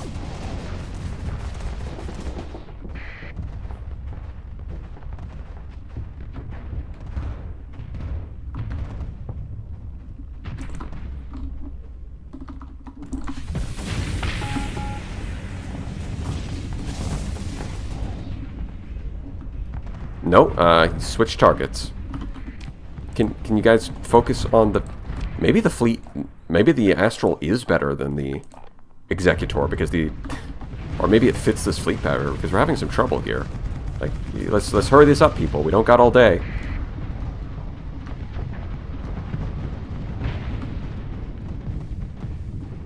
I am running out of shots. What? Okay. No. An Afflictor should be able to survive the death explosion of a damn destroyer. There's no way you're serious. There's no way you're serious. I wasn't even right on top of it. I was like at the edge of the explosion, and it still one-shot me. You are... That's a joke. This is a prank. It's a funny, epic prank. I can't take that seriously. Really? I died to a destroyer right at the edge. Okay, this is also seems to be a little bit bugged. When you tell them to kill the Fabricator, they start ramming into it. Like, yeah, you should be closing the distance, but that close? It's a little bit much.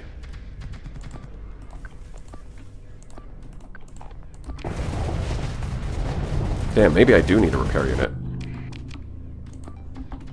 Look at this. Look at this bullshit. Why are you so weak? You were strong yesterday.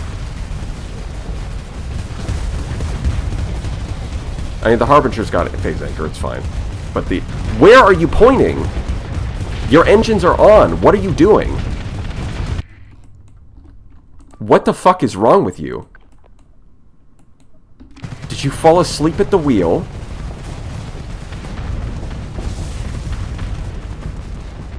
Okay, I guess today it's just like decided to be bad. Very cool. Okay, why do I always have this? There's got to be something up with the AI here. Forget about this. There's got to be something with the AI here, because it gets really wonky when you're fighting threat. Or sometimes it works just fine, and sometimes it's like... impressively stupid. I don't get it. I don't understand.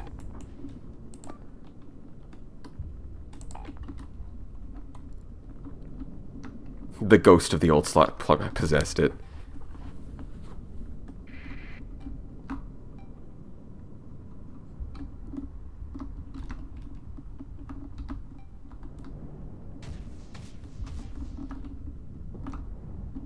Save scum? Yes. This is not an Iron Man playthrough. We do save scum. My next playthrough, though, might be Iron Man. Yeah, I think it should be Iron Man for the purposes of the challenge.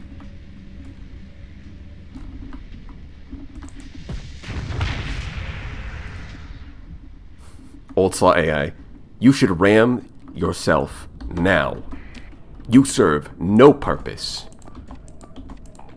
Automated ships only? Yeah. Well, I think I'm going to... I'm going to run automated ships only, but I think what I'm going to do is I'm going to put, like...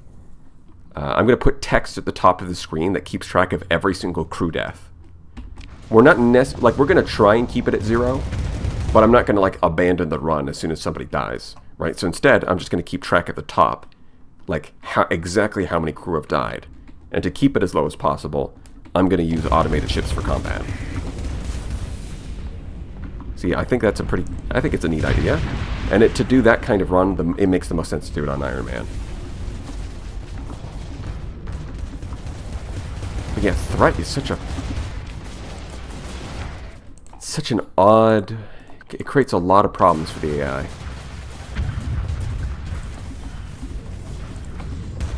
The AI does not know how to handle it.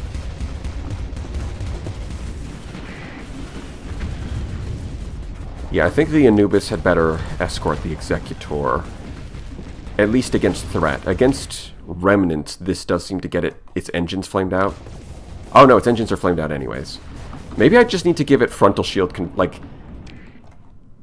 I think I just need to give it frontal shield conversion so that I can get 360. Because it's having some issues.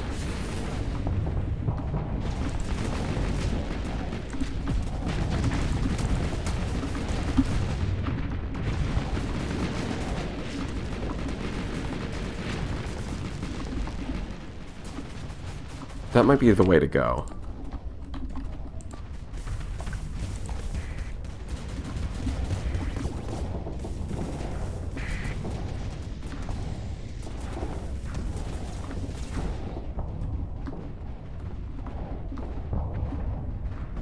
One of my favorite parts of the Bingus Saga was seeing you rebuild. Yeah, there is certainly a part of the... There can be part of the fun is like screwing up and then trying to recover from it. At least from a viewing perspective. It can make for a better experience.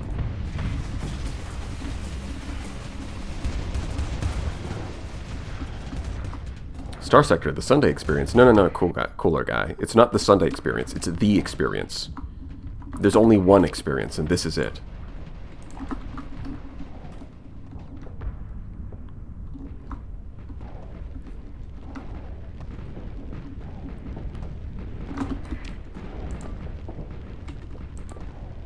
Okay, so I think what we're going to do, set you guys to search and destroy. Well, this time we're not...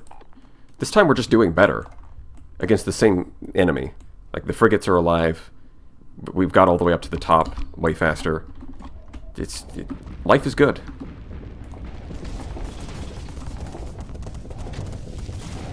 Sometimes it just be like that, I guess.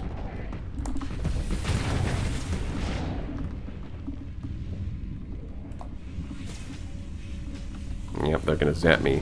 That's why I got the repair unit. Because of these guys.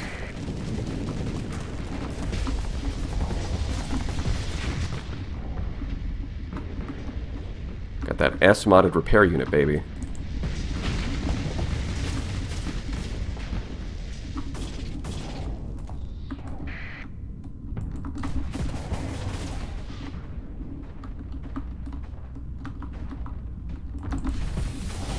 Oh, of course it dodged. Excellent, excellent. Good job. You well played, sir. See, look at this. Look at this. Literally the same fight. This time, the Paragon is just killing the Fabricator, and I didn't have to do anything. Last time, what were they, like, double the spawn rate? What happened? Why were they doing so? Why were they just so strong? I don't get it.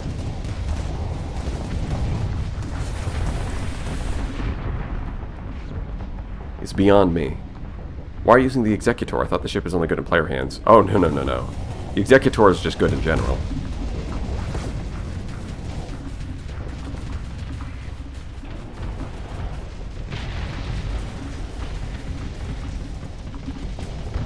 Yeah, just killed the Fabricator, no problem.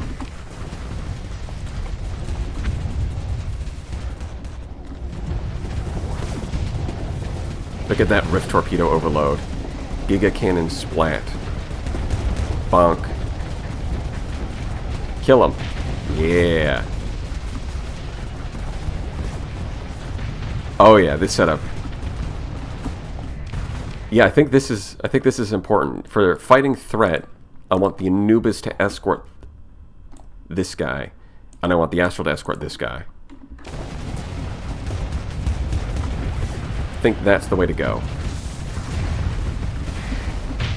And look at all of those fragments just spinning.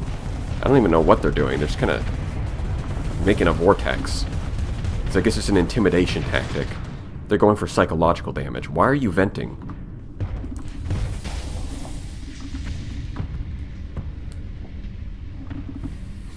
It's an odd timed event when an assault unit's charging right at you, but alright. You do that.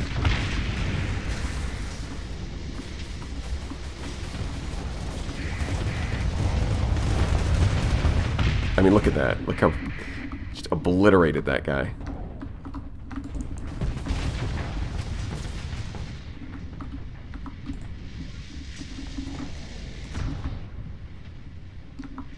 You want to finish him off for me? I don't want to waste my shots.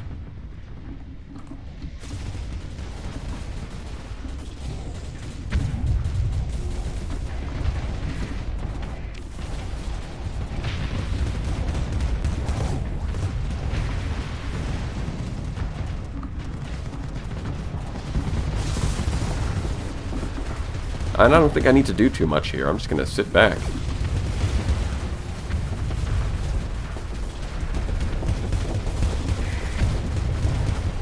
Like, I guess I can go after the assault unit.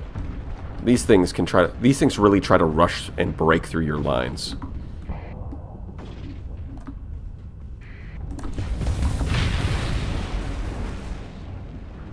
So getting rid of those seems like a good role for me. And I just let my big boys take care of the fabricator. It's down to 29% combat readiness. I mean, there is a lot of stuff going back to it, so it's probably going to recover it. Yeah, it's up to like 40%. It's going to recover a little bit. But this is a war of attrition we're going to win.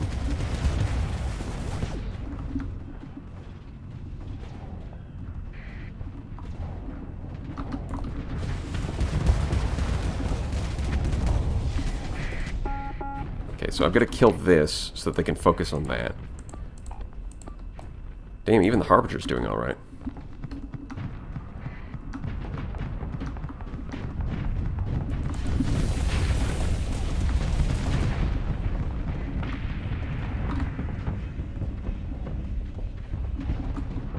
Yeah, can we please kill the fabricator, though? I would really like to see that. That'd make, then I don't have to worry about this too much.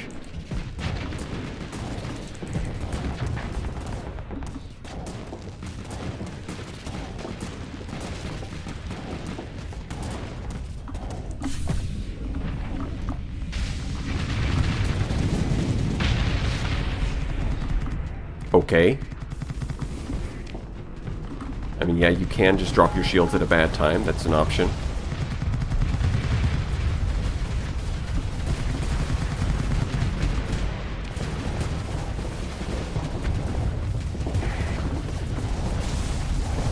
you have any advice on a support doctrine fleet? You seem to be more of an officer guy. Yeah, I tend to prefer officers. I mean, support doctrine, you really just...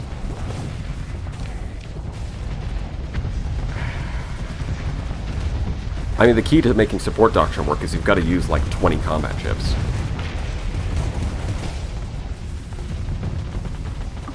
Like, you just got to use more ships than you can afford to officers. Wait, so we overloaded it, but we're not finishing it off. Alright, let me do that for you guys. There you go.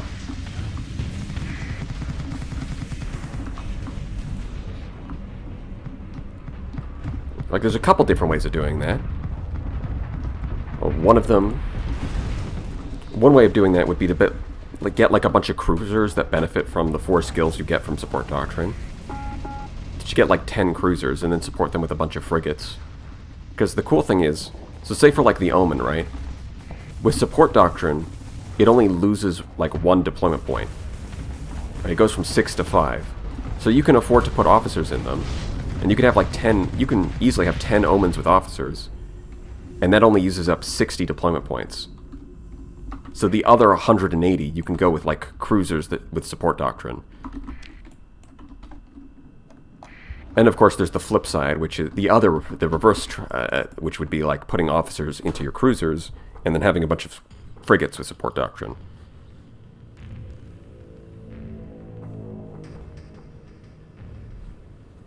What about fighter spam? Yeah, there's that too. You could spam a bunch of carriers with support doctrine.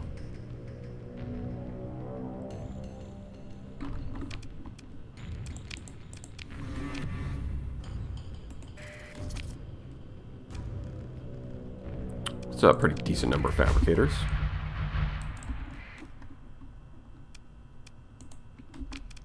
Okay, someone's leveled up. You need combat endurance. That's the one. So yeah, it's just this guy. And we're waiting on target analysis. Actually, that's probably a big part of why we might have struggled the first time, is without target analysis, he's missing a lot of damage against the cruisers and fabricators. He's missing a lot of that damage.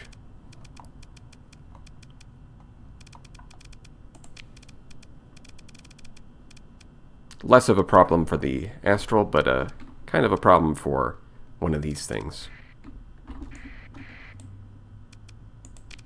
I mean, we don't really need to fight this guy. We'll go fight some demons instead. How many story points? 3? I've already maxed that out. You would probably just get solar shielding. It's no big deal. You, I think I want advanced optics.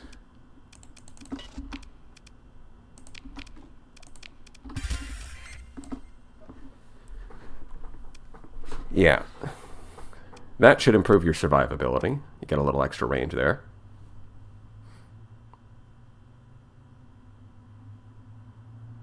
Support doctrine and AI ships, maybe?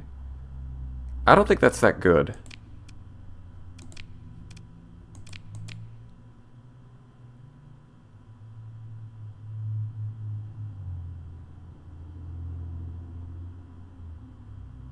I don't think omens are worth it anymore, sue me.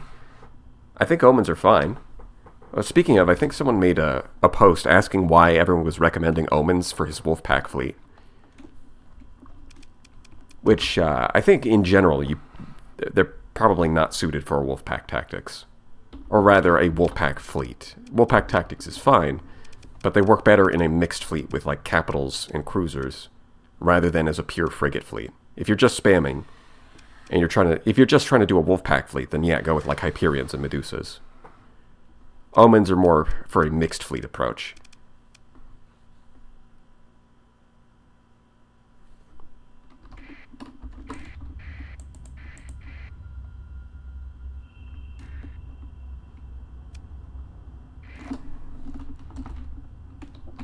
And I could wait 7 days for repairs, or I could just do this, so we can fight more. Omens are a bit light on damage. Yeah, exactly.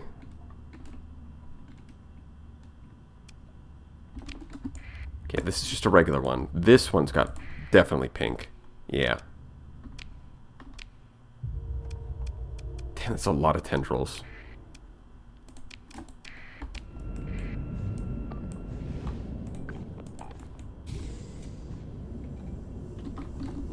Yeah, I would definitely not... so, like, it's not that they're terrible in a Wolfpack fleet, but it's got to be the right context. Like Brawl King Season 1, with only 100 deployment points to work with, then having Hyperions to support, Tranquility using Omens to support his Hyperions, that worked. But that's because the tournament only gave you 100 deployment points. In a real game, you've got 240. So, in that situation, it's a little different.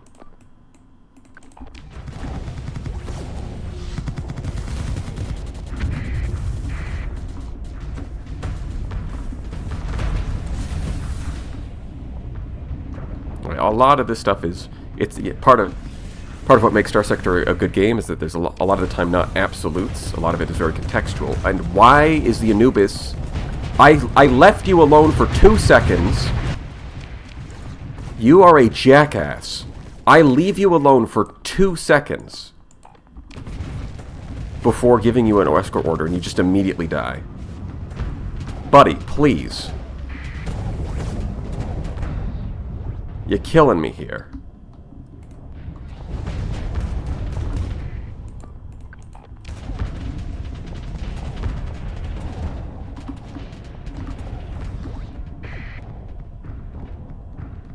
Just gonna get behind this stupid thing. It's just an angry cloud. What's it gonna do? Yep. Come on. Let me get out of here. Let me get out of here. Let me get out of here. Nope. Right.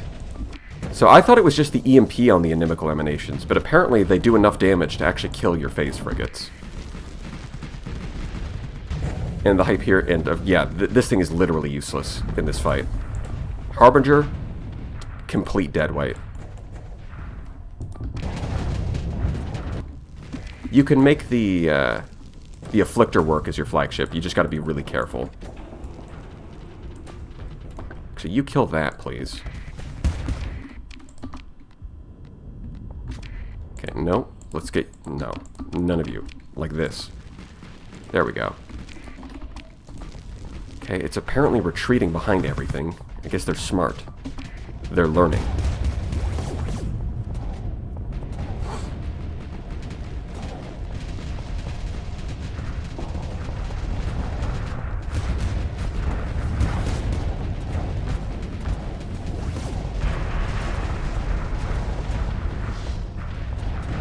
I guess the Executor is not too good against this thing, but...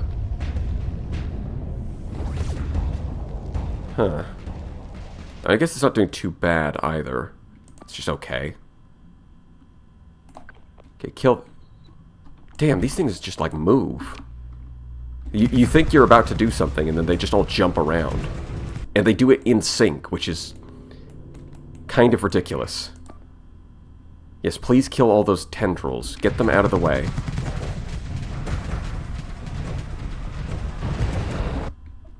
Splatter them like the roadkill they are.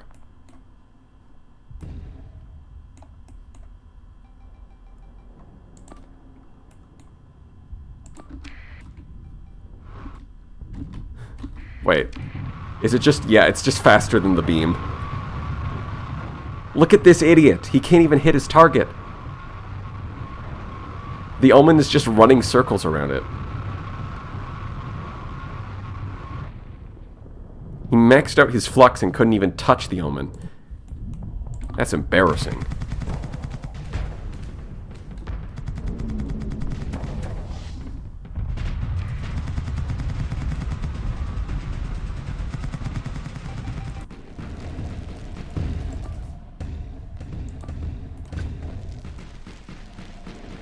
Okay, let's try and, like, sandwich these guys. Really clean up all the trash. Yeah, I think the Paragon probably better suited to fighting the Maw because it's got fortress shields, or the Executor is better suited to chasing these things because it's faster.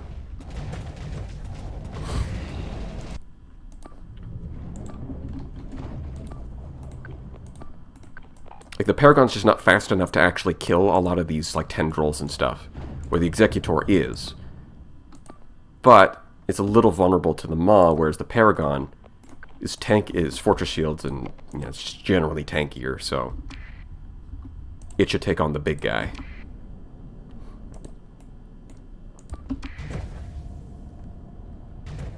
I mean, this one Omen is doing a great job keeping this stuff busy.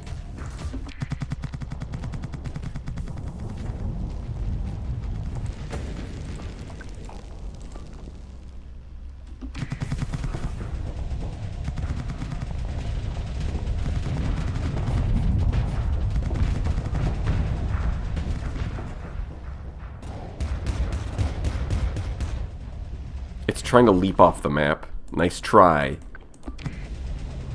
Oh, it's backing up straight into the... Yeah, we've got you with a flanking pincer maneuver. Stupid alien.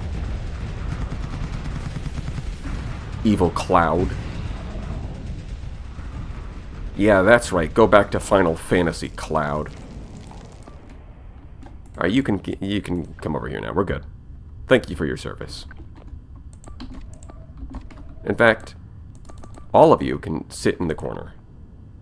I would retreat them, but I do want them for one purpose, which is coordinated maneuvers. Keeping them on the field does boost the speed of my capital ships, so I'm going to keep them for that reason. It doesn't need auxiliary thrusters, it's fine. What order did you give the Omen to distract the ships? That's the neat part.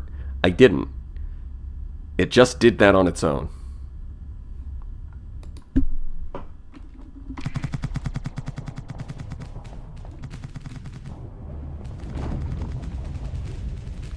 Final Fantasy III to be precise, since it's Cloud of Darkness. There's a Cloud of Darkness?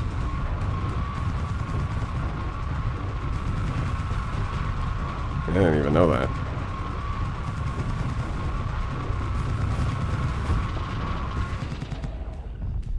See, this is just such a perfect setup.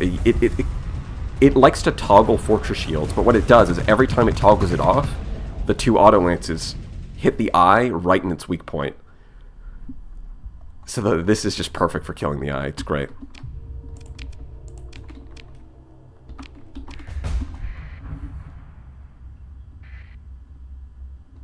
Alright, well that's enough of that.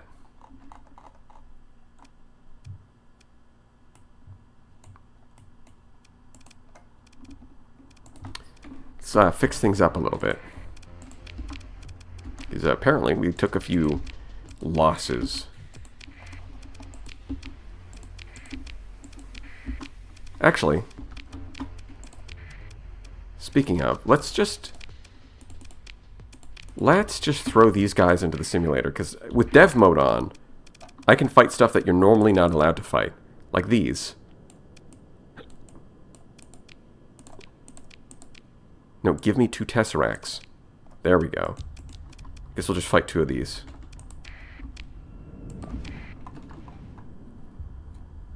And because of, like, the real fight is basically like this anyways.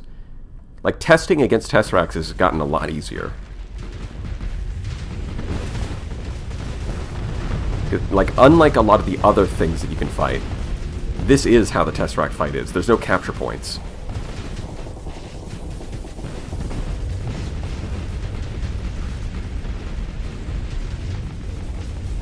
Remember when you guys struggled against this with 240 deployment points?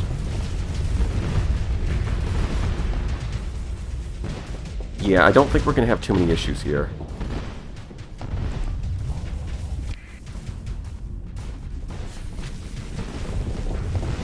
I assume this is the last time for the save. Yeah.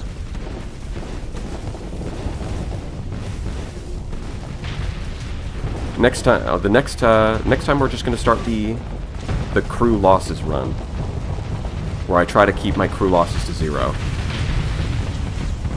Blam. Look at that. Oh no, they spawned more guys right into my trap. Okay, you can fire your rift torpedo at any time. I mean, I guess you don't need to. Like, whatever. Like, look at this. It's a joke. I remember thinking it was impossible to kill them because I just capital ship spam. I mean, it depends on what capital ships you're spamming. Some of them do pretty okay. The crew losses challenge run using only Lions Guard ships. No. That's a different... You're describing a different run. I'm talking about using automated ships. Doing an automated only ships run.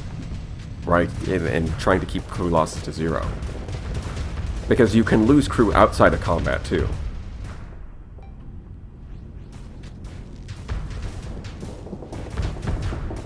You gotta remember, you can... Like, I know it's easy to forget, but you can lose crew during salvage runs.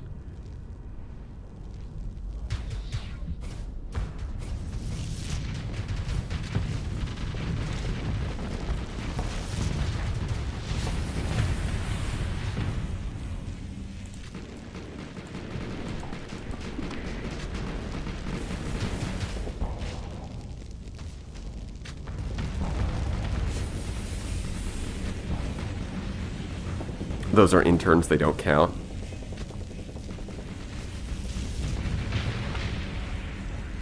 Yeah, the moral run. Every time you lose a crew member, you have to pay 10K to their families. Yeah, I've got to pay out their life insurance policy.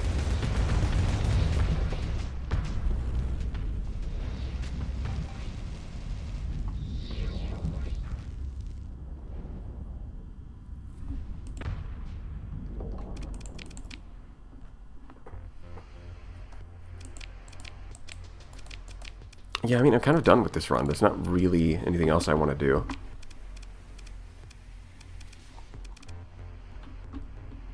Unless Ryan just wants to give me the Tesseract bounty right now.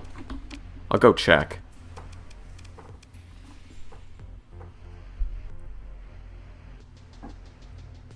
Don't sell your crew into slavery challenge. Impossible.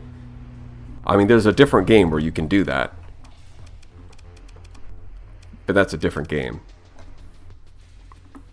It rhymes with Karsten Troll. Karsten Troll. Yes, that's the one. What else would I want?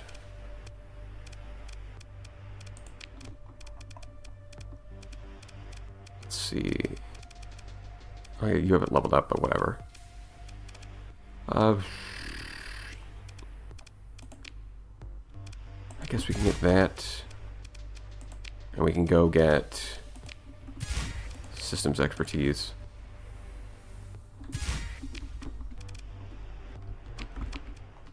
Go check in with our favorite Tritachyon contact.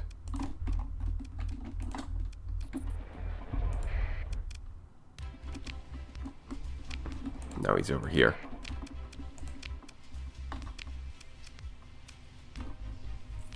Special pirate.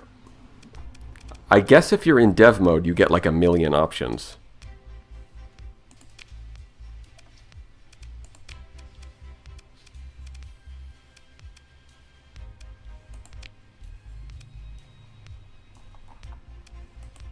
Huh. Interesting.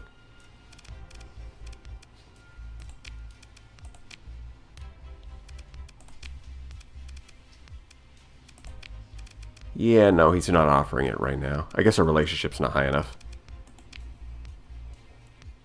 Spathy run, only fight battles while retreating. Oh god, fighting retreat battles. I mean, there was a time where I actually used a retreat battle to my advantage. Because the enemy like splits their forces, some of them chasing you and some of them spawning ahead of you to cut you off. So I used a retreat battle to like defeat in detail when I couldn't fight them normally. Although I did lose a few civilian ships in the process. I won the fight. But that's happened like once. How would you start the AI only run? Well, I would start it by just trying to get XP without doing any combat until I can get to level 5. Get the automated ship skill. And then try to do the Scythe of Orion quest, because then you can, there's a bunch of ships you can salvage.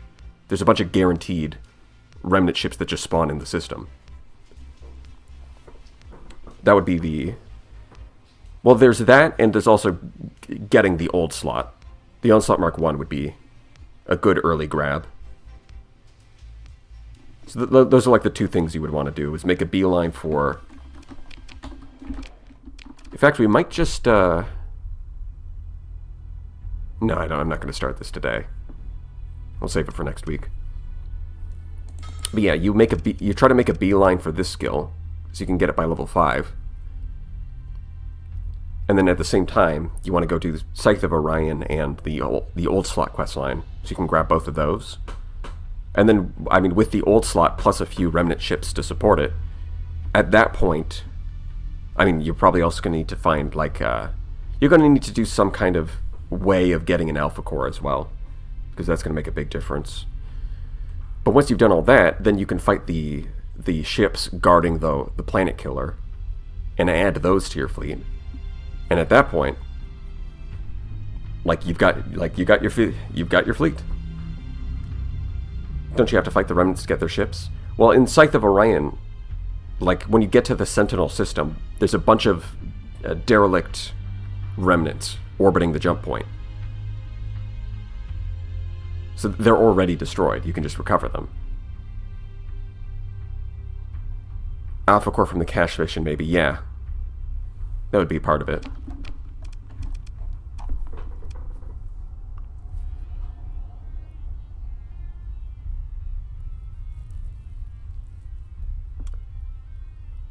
Does Neuralink let you pilot an AI ship without having a human flagship? No.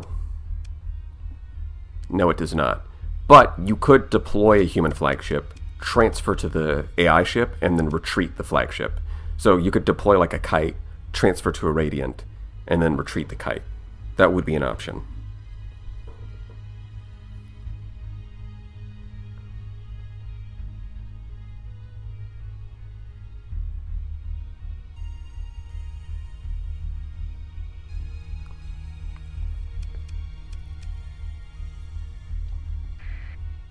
Yeah, all right. Yeah, I think I'm basically done with this save file. I want to go get started on the tier lists. I guess I'll just do the ballistic one first again, because it starts with a B.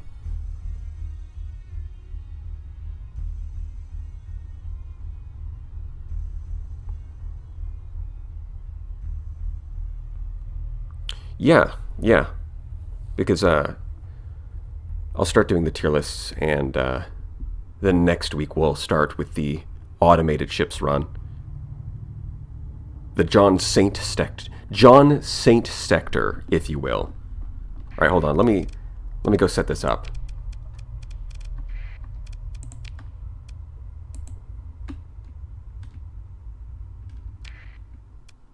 All right, new game.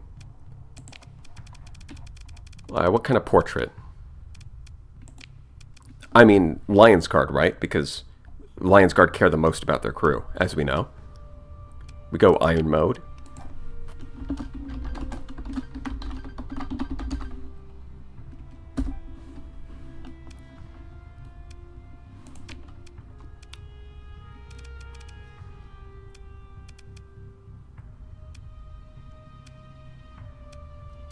Yeah, I think we're just going to do like this, normal, skip. Start with navigation because we want a beeline for this.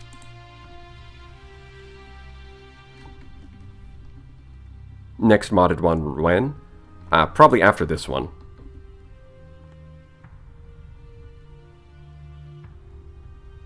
You would need to avoid any salvage because even safe salvage ops can kill crew. Is there a way to get it down to 0? Like, if it's safe, like, if you have, like, enough stuff, is it possible to get it down to 0? Because if not, then you just have to skip, basically every time. No? Nope. Alright, yeah, you would just have to not salvage anything.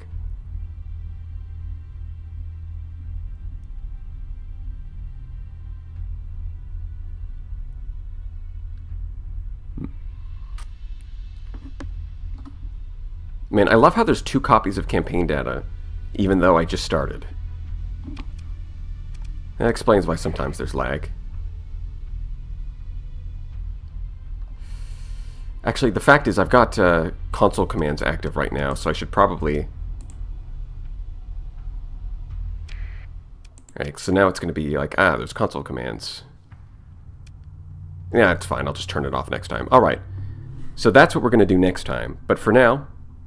I'm going to call it here. It's a little bit short, but I am going to go make some videos, like tier lists, so a little bit of money fish. So for that, I'd say thank you all for watching. I'll see you next time.